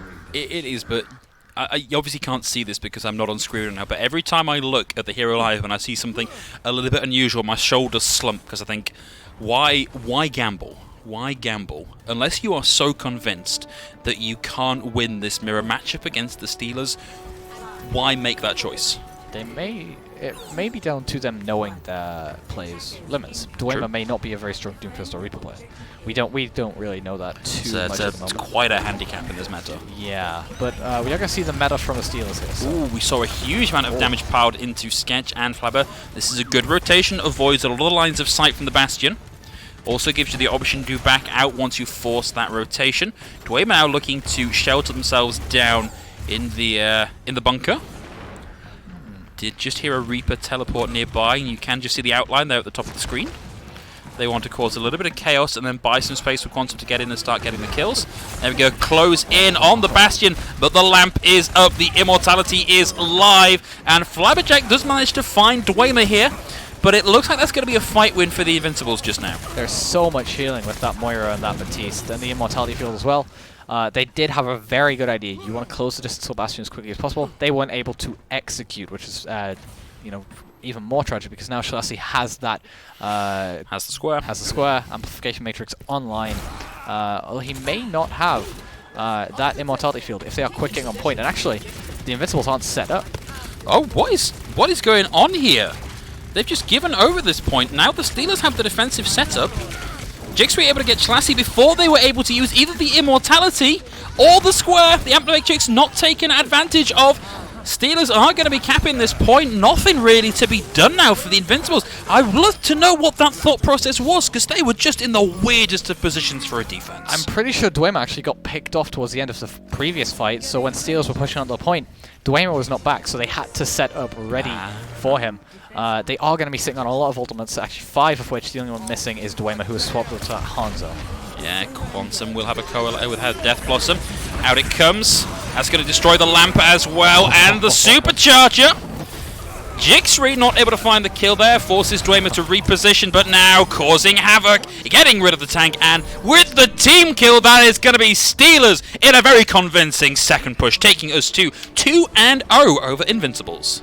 Yeah, and I as much as we're saying gambling as such, what the Invincibles ran towards the end of point A there with the Bastion is a lot more common. We've been seeing a lot more Bastion in this meta, so less surprising, but it still amuses me and confuses me if they are going to run the Bastion. Their positioning, because they kept positioning themselves either on a more open position, not giving themselves much natural cover, or alternatively what they did on the second attack was on the low ground. So rather than taking the more advantageous positioning, they thought they played way more for line of sight than any other aspect, which, yes, it's important, but if you're not alive, you can't really put down any damage. Yeah, the fundamental rule of Overwatch is you do have to be alive to participate in the game, except for Junkrat. Yeah. Who does, of course, get the... Was it Total Mayhem? Gets some grenades dropped on his death. But by and large, you've got to be alive to participate in Overwatch. It is also frowned upon among Junkrat mains to actually ever see each other. So... Okay, good to know. As a non-Junkrat player, this is news to me, so you might have just outed yourself as a Junkrat player there. Yeah, I think you may be my least played hero, but we'll pass on that. Yeah, again, let's not get into our own tattered Overwatch histories. So this is match point now. We are 2-0 to the Steelers as we move into our third map, which is, of course, going to be Eichenwald, our hybrid map, which is capture the first point and then ride the payload as far as you can make it. And it's another map type that can go on for a while. It can go on for a while, but Eichenwald in particular is going to be the map that we are going to probably see something new on, of course. In our previous series, we saw some Torbjorn, we saw some Ashe, we even saw Dive. That was surprising to see. But Pharah particularly, again, it's going to become a theme of this meta, I feel, the Pharah play among these flex DPS players. We see Jixri showing the Sombra here. I feel like that's going to be some early scouting. I don't know that we're going to see Jixri stick on this. I would love to say that he's going to. I personally like seeing Sombra play. Yeah. But there's a lot that Jixri could do versus the Shields, especially if Redstone stays on this Reinhardt, which he's pretty much committed to now on the defense. That could actually turn out to be a very strong pick here. So although it could well be a situation where we're scouting, but the pick I'm on is actually more optimal here. Other than Jixri, the rest of Steelers is very standard, but on the defense, like I mentioned, Reinhardt, Zarya. Yeah, and of course the Steelers have such a huge shield advantage here that even if, kind of regardless of what Jixri runs here, they're going to have such an advantage in terms of being able to aggress in over the Reinhardt-Zarya comp. The Reinhardt-Zarya comp probably out-damages it, but at this point, where do you put that damage? You're full of shields. It's much more range, so they need to keep their distance, but Jixri is going to do whatever he can to deny that. Yeah, and we've got Maverick in control of the skies. We have seen Jixri now swap over onto the Doomfist, which is kind of what I expected. Dwayman now in the back, looking for picks with the Hanzo, not able to find anything, but has got a nice repositioning here, finding more angles, helps find a healer, doesn't quite get the complete, and that's the Redstones down. Aesthetic now the only remaining tank for the team. Has to back away, will have the projected barrier ready to go, but doesn't get a chance to use it as Jixri and Quantum do so much damage so quickly that the point almost unlocks just out of fear of that damage. They were nowhere near that objective. The second Redstones went down, they had no point presence. They are going to build some ultimates though. Coin, of course, nearing that Coalescence, Maverick on that Rock Barrage, Dwemer nearing the Dragon Strike as well. And there aren't really any ultimates on the side of the Steelers here, so Redstones, sticking with this Reinhardt for now, is going to have the Earth Shadow as well. Aesthetic for me at the minute seems like the weak link here. The Zarya not really doing a huge amount of work, and a barrage out from Maverick is going to secure one kill only, and then they get rocked out of the sky. Redstone's coming in, will have the Shadow ready to go. That's going to be the Doomfist down, and a big pin onto Flabberjack. Rocked at the end, but the fire strike in response was just on target, and that's going to be the Invincibles finally showing some defensive chops on Eichenwald. And they only had to use one ultimate there. They only used the Rock Barrage there, which is great. Now they're sitting on 4 ultimates. They're quite close to Graviton Surge, and the only thing that's really going to contest them for the moment is that Death Blossom, unless Kiwi can get the Supercharge on them. Well, we're going to see Jixri swap over now onto a Pharah of his own. Oh. Shatter comes through, does manage to connect onto the Sigma, but no kills on the back of that, and the Redstones isolated out front is killed. We do see Chalassy almost get that res off, but taken out by Jixri. Quantum throws in the Death Blossom 2. Maverick will have another Maverick will have another barrage ready to go, and it looks like so far they haven't quite noticed where he is. No, there's the rock to knock them down out of the sky. Corellius has been so good at hitting these rocks, specifically onto Maverick. It's very hard to pick the trajectory, but he's been doing it well. But that, again, it's not too bad if you're Invincibles. You still have these ultimates online. You have that big Grav Barrage combo, and there's not really much to answer it from the side of the Steelers. It was nearly a very meaty rock there. Corellius is about to stumble upon that Gravitic Flux once more. Well, there's the Graviton Surge. Doesn't really matter though, because Quantum is able to get rid of both healers, and there's no follow-up on that ultimate from Aesthetic, who I think has been struggling just to find the charge to get to that high damage state and actually build these ultimates. Yeah, and as a result, that was a good few minutes, a good few fights as well to build that Graviton Surge. Maverick has been waiting for the grab. When it comes through, he's maybe not quite ready for it. A lot of miscommunication, should I say, between the Invincibles there. But, you know, there's still time for them to turn this defense around. But speaking of time, look at how much time the Steelers have to push this point. That is quite the time bank. I mean, this is where it starts to get really tricky to push on the offense, particularly with a Pharah here, because there's not a lot of headroom. But as we're running the mirror Pharah, it's maybe not that big a problem as it normally would be. But Maverick is going to struggle to close the distance and get this barrage in place. Out comes the Gravitic Flux. That's going to be a barrage in over the top from Jixri. Maverick able to find Jixri whilst they were stuck in the air. But Flabberjack able to find Maverick. It's the bloodthirsty support. Flabberjack then able to bring Jixri back into the fight. Rugiram getting in on the action is going to get rid of the redstones. Coin goes down as well. And now full damage mode out from Flabberjack. Out comes that blaster. Schlassie Dwemer, nobody able to get anywhere near the point. Flabberjack jumping in the thick of the action. Quantum with the death button to round things out. 3 minutes 48 seconds on the clock is quite the time bank. Especially for a hybrid map. We thought that the time bank that the Steelers had for Volskaya was fast. That is blistering. I don't think they really... I think there was one fight that they stalled the cop for. Yeah, on the back of one particularly good engagement from the Redstones just through the arch. But other than that, it's been non-stop. And that's where Invincibles have been falling short. Although they have been very impressive on the attack, they haven't really turned up on the defense, and it's been the case almost all through the series. When they held the point on control, they haven't been able to defend the point. They were always losing it at these crucial moments. Volskaya set a very impressive time bank, but they crumbled under the pressure, and again, they tried something new on the defense. It didn't work out, and you know, now they are forced to impress on the offense here, set a better time bank, set the stage, take control of the series back, or you know, they're going to go 3-0 down and really take it so the best they can get is 3-1. Well, yeah, it's certainly starting to look that way. We are seeing this Bastion and Baptiste defense, the double B bunker, if you might like to call it that, coming out from the Steelers. And, you know, it's a classic defense at this point, especially run on the high ground like this. And we did see the Rams run pretty much exactly this defense with the adaptation of having the Torbjorn rather than the Pharah in our previous match this evening. And it is a very difficult comp to dislodge. Especially this position in particular, because look at the gap between, you know, where the... Are you okay, Arissa? Do you need a hug? Kiwi pulling out those dance moves that we saw in the previous series. But like I was saying, look at the distance that the offense will have to close from pulling out of cover. The shields are going to be melted almost immediately, so you've got to think they're tanking all that damage. And of course, Quantum going to be more or less uncontested for now, can rain in a lot of damage, build in those body blows for Jixri to get the follow-ups, and in fact vice versa. And of course, one of the best ways to get rid of some of these shields is to use the Bastion and the Pharah. Jixri now able to burn through that shield. They're all walking into that line of fire. We are going to see Aesthetic get a lot of shielding out of that, but with Quantum round the back end to catch them as they come out, that is going to be a hold for Steelers. That was a great flank from Quantum just to get the cleanup. But, like I say, look at how much damage they take before they even reach Jixri on that Bastion. This point is fantastic for that defensive setup, more so than any of the other points we've actually seen Bastion on so far. And this is going to be very tough for the Invincibles to dislodge, especially with such an immobile comp in the form of the Arissa and the Sigma.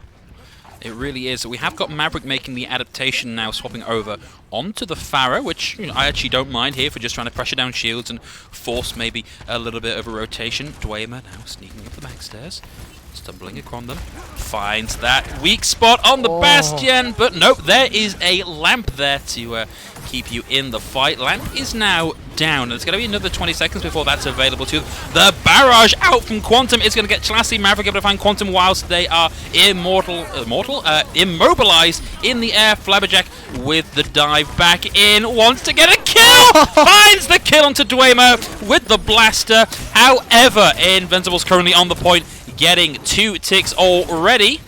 And that's going to be the Bastion having to reposition, managing to just miss that rock, but this is already a better hold for Invincibles, so for the Steelers than we saw coming out for the Invincibles, even if they do manage to cap this, which it looks like they've just been rebuffed here. So much damage out from Jixri with the boost from the Mercy, it means that they just weren't able to get it done. This is your opportunity if you are the Invincibles, though. You have the Gravitic Flux online, you have the Sound Barrier, and the Steelers don't really have anything online to cause any issues aside from that ever-nearing Gravitic Flux. But if you can avoid that with the Sound Barrier, you really have a good chance of taking this down just from sheer ultimates alone. Of course, and Dwemer not too far now from a Death Blossom, and that comboed with the Gravitic Flux could really open this thing. So they're going to be looking for something like that to crack this open. They've got to be careful to try and bait out the lamp here, though, because the last thing you want is all of that taken out. Well, there's the lamp. Dwemer getting out of there. Now they know that they can safely use this Death Blossom with the Gravitic Flux. Out comes the Gravitic Flux. Just found a few Sound Barrier in over the top of the Seneca. Is able to get rid of Jixri. Dwemer burns down a lot of those shields that came in from the Sound Barrier. The Redstones finds Rookie Ram. That's healing down. And the main tank down. Finally, the payload unlocks and starts to move forward. A valiant effort by Jixri at the end there to keep things going, but Dwemer going toe-to-toe in knuckle distance with Quantum, able to keep that going. Wow, they are still in this fight. This is that. What happened there? What we saw was Shalasi still had his Sound Barrier when Carulius didn't have his Gravitic Flux anymore. That was interrupted. I believe he was rocked mid-animation for that. So fantastic play from Aesthetic there, and this confuses me even more. Why have we not been running this sort of style before? Because they're clearly strong on said comp. Well, sometimes it can just take cycling through your options to find out what is the optimal one. Oh, that's nearly a huge pull. Right, we're just going for the drop down altogether. Anyway, Maverick on the high ground has Barrage. Lamp is there, ready to go. Once the lamp is down, it's going to be time to go to Maverick Town with the Barrage. The answering Barrage from Quantum gets knocked out of the sky by Chalasi, but Quantum able to do a little bit of work. Might be enough for Steelers to keep that going. Jixri now making the swap over onto the Doomfist. We're back in a slightly more meta composition with that Doomfist and Reaper combo. Although they did manage to somehow get Jixri into position with that Bastion, they just weren't able to deal with that barrage. They even got the opening pick. Yeah, it's unfortunate that they weren't quite able to make that work for them. And again, Maverick able to leverage so much angle and space control here and just pile in that damage. Carulius gets rid of it. Oh, that's a big rock. There's just enough time to recover from that. Oh! Ooh, thought we were nearly going to see the Redstones launched into the pit. Able to just recover, but Kiwi and Carulius able to get rid of the Redstones. And Dwemer, Coin has to back off now. We'll be getting close to that coalescence, but for now, it looks like Steelers are going to maintain control of the card. Yeah, and Shalasi is very far away from his Sound Barrier to deal with that Gravitic Flux from the side of Carulius. And Maverick is probably, scratching his head a bit. How are these rocks always hitting me? Carulius has been so accurate. It can be so frustrating to just be repeatedly hit by the same ability again and again and again. And especially when it's such a hard one to hit. But Flabberjack, obviously very far away from his own Sound Barrier, so not much to really defend against this Coalescence push, which we can pretty much expect from the side of the Invincibles. That Shadow Step was maybe not quite as stealthy as Dwemer might have liked. Did take a little bit of damage. In fact, it is just going to abandon that. Well, there's the Gravitic Flux. Only finds one. And not able to get a kill out of it. Not the most impactful. Well, speaking of impactful, there's going to be a concussive blast that knocks Carulius down into the ether. Maverick will have the barrage ready to go. And currently, numbers are in the Invincibles' favors. If they can get this in place, this may be what they need to take this into the final point. Maverick comes around the back. A big displacement coming out with the pull. Sends Kiwi down into the ground. Jixri doesn't land the punch, but does get the meta kill. Coin going down at the end there. And that is going to be Steelers looking like they're ready to push this forward a little bit further.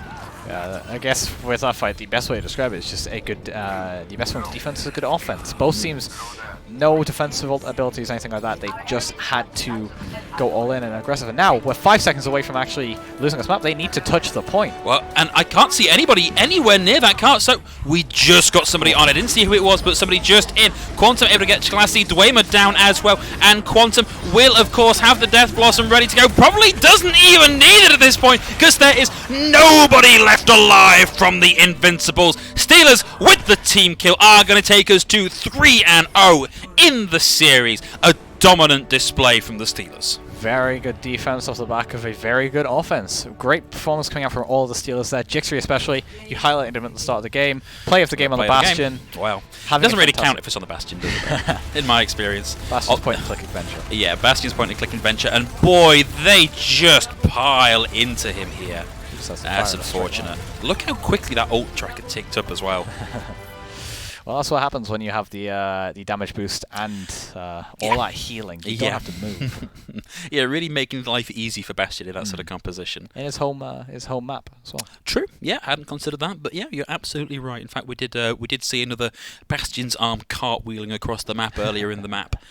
So that is going to be a victory now coming out for the series. We are going to play one more map because, of course, this is a group stage and points do matter very much in this. So we're going to see if we can get at least 1 point on the board for the Invincibles. They have actually been playing incredibly well here. A few missteps, a few weird picks, but by and large, really making the Steelers work for their wins. Definitely, and especially I would like to highlight Maverick. Yes. On that far, he's been doing so much work, putting out so much damage. And Dwemer as well, despite not really playing the meta-based heroes a lot, which we found out he's actually very proficient on. Yep. He is still really putting on a good performance on that Hanzo, on that McCree, and in general, the whole of the Invincibles have just had a very close matchup, and although it is 3-0, I don't quite think that tells anything about the series we've actually had here. No, you've really got to watch this series to discover just how close it was. But we are getting ready to move into our final map. We're going to be going over to Dorado, our payload map for this evening. Let's see if we can get another map complete out for Invincibles here, and maybe see if they can take 1 point off the Steelers. Yeah, and heading into Dorado now. Like you say, it is now done, but if we head back to what we were saying in the previous match, where we were also in a 3-0 scenario, especially when we're looking at the Invincibles, who are a lot more of a contender to get out of their group, you're going to really want at least this map. You're going to be playing for these points that could decide those playoff slots. And also just keep that mentality high. We cannot emphasize how important mentality is within team play in Overwatch. It really is so much of a contributing factor. If you go in with the attitude of, well, we were stomped last week, we're going to get stomped again this week, well, that's a self-fulfilling prophecy. You're probably going to make yourself get stomped this week. You've got to go in with that PMA, that's right, positive mental attitude. We are going to be seeing Steelers run the defense this time around, starting off, and it's a comp that works for them on the last map. Let's see if they can replicate that success, or if the Invincibles have a killer comp now to try and pick apart this Bastion Baptiste bunker. I truly think that killer comp is the meta. They've outshined on every meta hero they've played. Specifically Dwemer. Dwemer on the Sigma now, Aesthetic on the Reaper. This is interesting. Ooh, a lot of you see the amount of damage done to all of the Invincibles with that boosted rocket. 30% ult charge already for Quantum. A very big pick early on in the fight. Could see this really start to stumble for the Invincibles. They are now backing away from Quantum. They don't really have a direct counter at the minute, which is going to be problematic. We are seeing a rotation now through the low ground from Invincibles to try and dislodge this bunker. But of course, the Steelers, not their first time to the rodeo. They know where to look. Instead of going up the stairs, they've just gone to try and take this very close position, rotating back around and up the stairs, trying to close this distance to Jixri, but Jixri is there with the damage to get rid of Aesthetic. And I feel like during this time they could have had somebody moving the cart, because Invincibles, Steelers were looking for them all the time. That was free space to be pushing. It's free real estate. But they did have the right idea in my mind. When you're playing against that far, especially one of the Caldor Quantum still getting all this cleanup damage, building that barrage even closer, you want to win the ground battle. You usually try and zone out the Farah, maybe just pressure her a little bit, put her off her game. We are seeing a little bit of progress being made on the car here. And once you've made it past this entrenched high ground position, it does become a little bit easier. But Quantum with the barrage, no hesitation, looking for a second, doesn't find it, but kept alive through that by the Immortality Field, and then Jixri able to get those final body blows out onto Chlassi. And there's going to be the Steelers now having to reposition to hold at the top of the slope now. This could be a brutal stagger onto Coin. He can't get out. He needs to fade away, but he can't. But he does have that coalescence for the coming up fight. They don't know he's there. Oh. He's able to get a little bit of cart progress now. Yeah, Steelers very quick to punish that. But they are going to pop the Valkyrie early, so they're ready for this engage here. Yeah. And it looks like Invincibles have chosen, well, I was going to say it looks like they've chosen not to take that, but Jixri able to find Chlassi anyway. Coin now with the Coalescence, which sadly, of course, does not show up in spectator mode for reasons best known to the developers. They have started to get a little bit of progress here, and Steelers look they might be a little bit on the back foot. Jixri with the configuration tank form ready to go is going to find Aesthetic and Dwemer. Quantum able to find Maverick. Quantum does go down at the end, but Steelers are still in control, and Flabberjack with the res brings Quantum back into it. I wonder if Aesthetic is actually on, or which of the Invincible players, whether it be Aesthetic or Dwemer, is actually on an off roll right now, because of course they made that role swap in between the last map and now. But regardless, they are going to have to stick with this now. Redstones is nearing that supercharger, but they are going to be fighting into that tank mode and the amplification matrix of Reggie Ram. You need something for it to go with, so really you want Aesthetic to get this Death Blossom, just because it adds so much value. It makes it so easy to get kills, and that's going to be the Amp Matrix on top of the supercharger. Jixri just looking at players, and those players are dissolving into a fine paste. Oh. There's not a lot you can do when you have the Meat Grinder of Bastion firing through that amplification matrix, so doubling his damage. It's a Meat Grinder fed through a Meat Grinder into a third Meat Grinder. Yeah, that's a lot of damage, and crucially, they only had to use one ultimate. They only used the amplification matrix, and there's only really the sound barrier on the side of Invincibles. Aesthetic playing the Symmetra now. This is very interesting, especially when fighting into 4 ultimates, very nearly 5, with Flabberjack approaching that Valkyrie as well. You sort of see the rationale, you know, quite a bit of quick repositioning where they weren't expecting you. Feeding continuously off of the barriers means that you can, if you can get into range, start to do a huge amount of damage, even after the nerfs to Symmetra. So here we go, waiting for that TP to come back down again. They're going to be coming into Quantum with the barrage, Jixri with the configuration tank format. And that's going to be the sound barrier thrown in already. They want to close the distance. The barrage from Quantum is going to get rid of Dwemer. Maverick finally taking Jixri out of the equation, but Carulius with the Gravitic Flux, not able to find a huge amount of value with it, but does buy a little bit of zoning time, and the car starting to tick forward ever so slightly for Invincibles as they manage to get a few kills, but Flabberjack brings Jixri back into the fight. On comes the configuration tank. Down goes Coin. Down goes the Redstones. Maverick able to find Quantum here.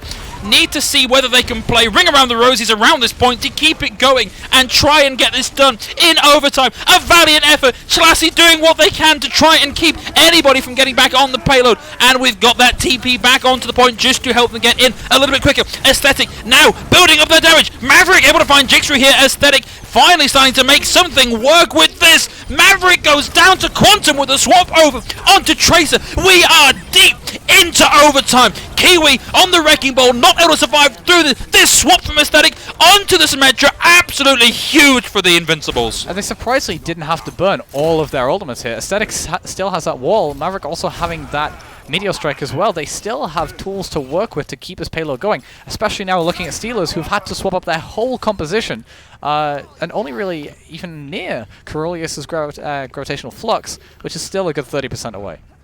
Luckily, we're now in a position where Aesthetic's barrier doesn't necessarily do a huge amount to counter anything. It buys you a little bit of survivability if you can shield dance around it, but it's no longer a big block against that Bastion. And I think we may start to see it a little bit harder for the Symmetra pick to actually pay dividends here, but that's going to be that ult committed. Jixri with an early pick is going to get Coin out of the fight. Quantum fighting Maverick as well. Kiwi falls. Jixri in the backline, not quite able to find the kill onto the Symmetra bouncing around that, but doing a lot of damage with those turrets, keeping them in the fight, and that's going to be Chlassi getting a kill onto Quantum at the end there. So much charge on Aesthetic, but nothing that can't be stopped with a quick rock to the forehead, and it looks like Invincibles might still just about be in control of the payload, and that's going to be Jixri having to get out, but couldn't quite escape it. But now look at the Invincibles. They are still sitting on a few ultimates. They have the sound barrier. They're going to be approaching this gravitational flux as well. And crucially, there's nothing to work with on the side of the Steelers. They still haven't really built up anything. Well, there's the Gravitic Flux. The rock fails to connect, but the sound barrier, beautifully timed out from Chlassi, means that not really a huge amount achieved with that ultimate. Sometimes necessary just to get that sound barrier out of the way, but this payload has not stopped since Aesthetic swapped over onto the Symmetra. They can just continuously charge against these barriers and make themselves a real threat. Coin with that Coalescence. Not enough to survive Quantum, but it looks like Invincibles still just about have the gas in the tank. Jixri comes at big banning 2, and then 3 on the end. Jixri attempting to put on his big boy pants and carry his team through, but Aesthetic is just unstoppable on the Symmetra at the minute. There's so much damage coming out of that weapon. Oh gosh, you don't want to be in that position. That's a terrible place to be a Symmetra, to be an Orisa. So much healing coming out from Coin there to keep Aesthetic alive to get Kiwi, although he does fall in the end. But crucially, they do get that extra time because they made that they made it to the end of point B. Flabberjack sitting on that sound barrier, and they do have the supercharger as well, though. So quite a difficult situation for Invincibles, but if they can get that supercharger on lane, they can really start to pull this economy back. Luckily, there's no big DPS threats available in terms of ultimates for the Steelers. So out comes the supercharge. They're just going to try and do this in more or less the neutral. Jixri gets an opening, but Flabberjack taken out as well. No Lucio left alive for either team. Big pick now. Aesthetic going down in the fight means that's a huge amount of the damage for the Invincibles taken out. Jixri and Karudi is able to get to their Kiwi still on the car, being pressured by Maverick, who is just about to tick over onto that ultimate. Taken out though. Kiwi finds Maverick, and Steelers finally put a stop to this run. Look at the ultimates on the side of Steelers as well. They used that supercharger, and as a result, they have a banquet of ultimates to work with here. On the other side, they still have that supercharger, which now you may have to use it alongside ultimates to win out these fights because of this position that the Steelers are in, and only 40 seconds left on the time bank to complete this map. And of course, those turrets that are coming out from Aesthetic are such a nuisance, not necessarily killing anybody, but making it so much easier for everything else to get done. And that is going to be 2 ults, 3 ults committed into the fight from the Steelers. And it looks like with 23 seconds left to go, they are going to win this team fight. They've only got the Meteor Strike ready to go. They are going to be coming in against the Coalescence and the Barrier ready to go, and Gravitic Flux nearly as well. Yeah, they are really approaching that Gravitic Flux. They're approaching the Summer as well. Oh, Aesthetic! Aesthetic went in a little bit too early. Has managed to get that barrier up, but is now down in the fight already. There's the Gravitic Flux, and the answering Gravitic Flux has taken them off the payload, sadly. Not quite enough time off the cart to secure a complete victory, but Invincibles are starting to get the kills now. With Jixri down, he will be back in the fight very quickly, but we're going to see aggression now coming out from Invincibles. They want, these final few meters, they want to get this map complete by any means necessary. Jixri with the Meteor Strike ready to go could be what turns this around. The Halt is out, no combo available for another few seconds yet. The Sound Barrier committed from Chlassi as well. They've got to wait for this to go down, but Jixri is in the backline trying to deal with some of those DPS threats on their own, taken out by Aesthetic. That ult is now offline. Rugiram, the second that Coalescence came online, throws it into the mix. Quantum able to get 2 now, and this might be all they wrote for the Invincibles. Maverick came back in with that Meteor Strike, doesn't find a kill with it, but builds them into range to take Flabberjack out of the fight, and that is going to be the overtime wick ticking down.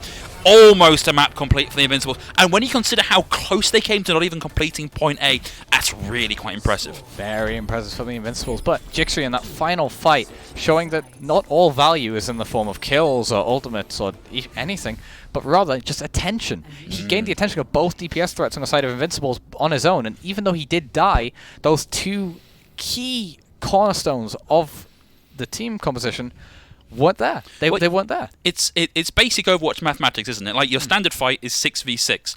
If you can use 1 DPS to tie up their 2 DPS, you've put your team into a 5v4. It's just basic mathematics, and they use that to great advantage to win out that team fight. Yeah, while Jixri was, dying to Aesthetic and Maverick, his team was using the extra DPS advantage, the extra man advantage, to just roll over the Invincibles. So by the time Maverick and Aesthetic actually got back to the team, they're like, hey guys, we're back. There was no team to help to begin with. But yeah, really smart play coming out from Jixri. And we are going to be seeing Steelers rolling out now on their attack run. And they're going to be starting with the Bastion and Pharah conversation, which has been working out so well for them. And I kind of like what I'm seeing from Invincibles here. They went, well, do you know what? The Symmetra worked for us on our defense, on our offense even. Let's see if we can make it work on the defense too. I actually appreciate this Roadhog as well. I feel that against this Bastion, you really are going to have a much easier time dislodging him. You're going to have a much easier time maybe even hitting a hook if Carillius is late on his shield, or even already has placed a shield. So there's a lot more room to cause problems for him there. Oh, they've got knocked off the high ground though. Yeah, I don't think those turrets were in a position to actually get triggered and start doing any damage. Maverick not quite able to find that jump off the ledge that they were looking for to get into range of the fire, but it'll come back on cooldown pretty soon.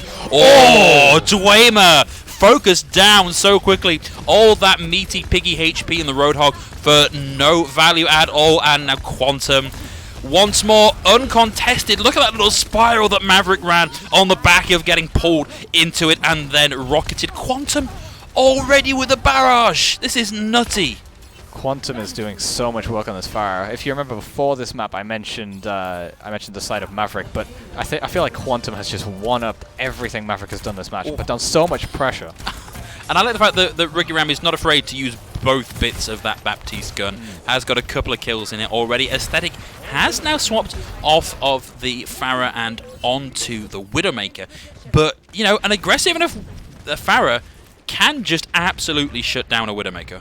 For sure, and especially considering that there's such minimal sightlines for Aesthetic here. Very easy opportunities for Quantum to find a flank. Maybe you can go for a BM barrage.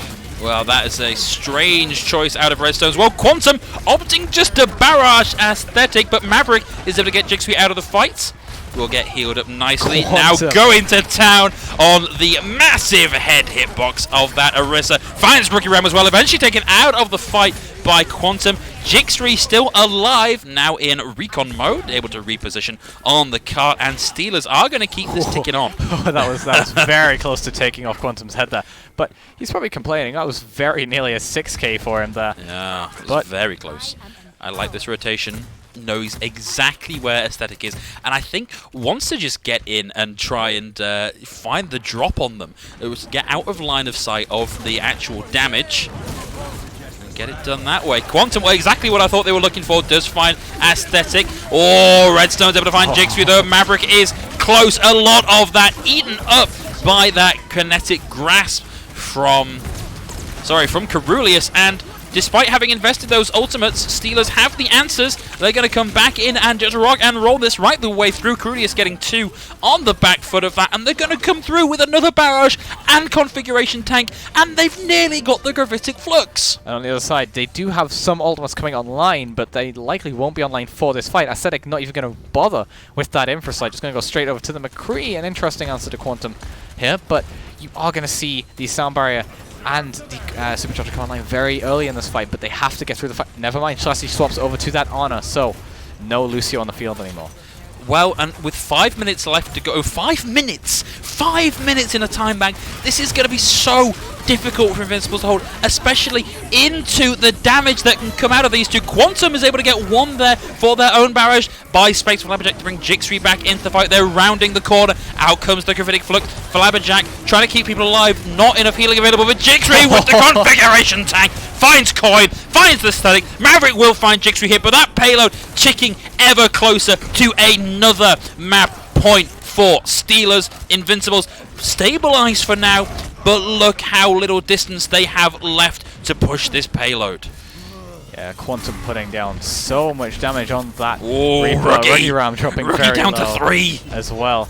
Flabberjack does have that Valkyrie now though, so they are going to have a very strong amount of healing on the engage. Going to pop it early. Redstone back on the Reinhardt again. It's a character that we've seen a lot of the Redstones on in previous meta, but it is just not the optimal pick anymore. Flabberjack once more with a kill onto Maverick, and a rock there onto Aesthetic puts Steelers in the 6v4. If they can dislodge a few more players, that's going to see them cover these final 6 meters of payload progress. Down goes the Redstones. Down goes Coin. We have finally got that nano boost online, but it's not going to be enough, and Jigsaw finds Maverick. There is just going to be the Ana on the high ground, being pressured down, wants to get in and contest the cart, and that's going to be it. No more contest available. Steelers take us to a very convincing 4-0 in the series. It felt like as that series went on, the Invincibles just got slightly worse and worse, and on the final map I feel like that was actually the weakest they looked after making that role swap. So definitely a lot to bring out of this series for Invincibles. BM Barrage. Well, sometimes it's about sending a message, and the message is, stop playing Widow into me, I want to play Pharah. And if I have to barrage you to make that happen, I'm going to barrage you to make that happen. Well, I mean, he did it. Yeah, absolutely did. As a really dominant display from the Steelers. And I think a genuine, real contender this season to try and dislodge our reigning two-time champions, the Spartans, from that number one position. Definitely a team to watch. They've made it to playoffs before, and I think this could be their year. Quantum in particular is definitely going to make our eyes in this season. I feel he just outshone Maverick on every hero he played, and just he made himself known in almost every map. There seems to be a play I can pluck out. Just him, whether it be on Ilios where he got the 3 kills with one rocket. That's a very efficient rocket. Yeah, whether it be just those massive barrages throughout the entire series, even on the Reaper, he had a fantastic performance on that Reaper as well, and just anything he played, so solid. Such a great player. A real standout player. But unfortunately, that's it from all of our standout players this evening. That's all we've got time for. 2 matches and done. So we are going to be saying goodbye to you for today. But if you've been watching today and thinking, boy, this has been really fun, I wish I could have gotten involved. Well, of course, we are running these all the time, as well as cups and other community events. And if you'd like to get involved, easiest thing you can do is hop onto your social media network of choice and have a look for Belong Arenas and find your local arena, come down, get involved, meet some people, come and take part in Arena Clash. But from myself and from our brand new co-caster, Yokai, that's all for today. But we will be back next week for more Arena Clash.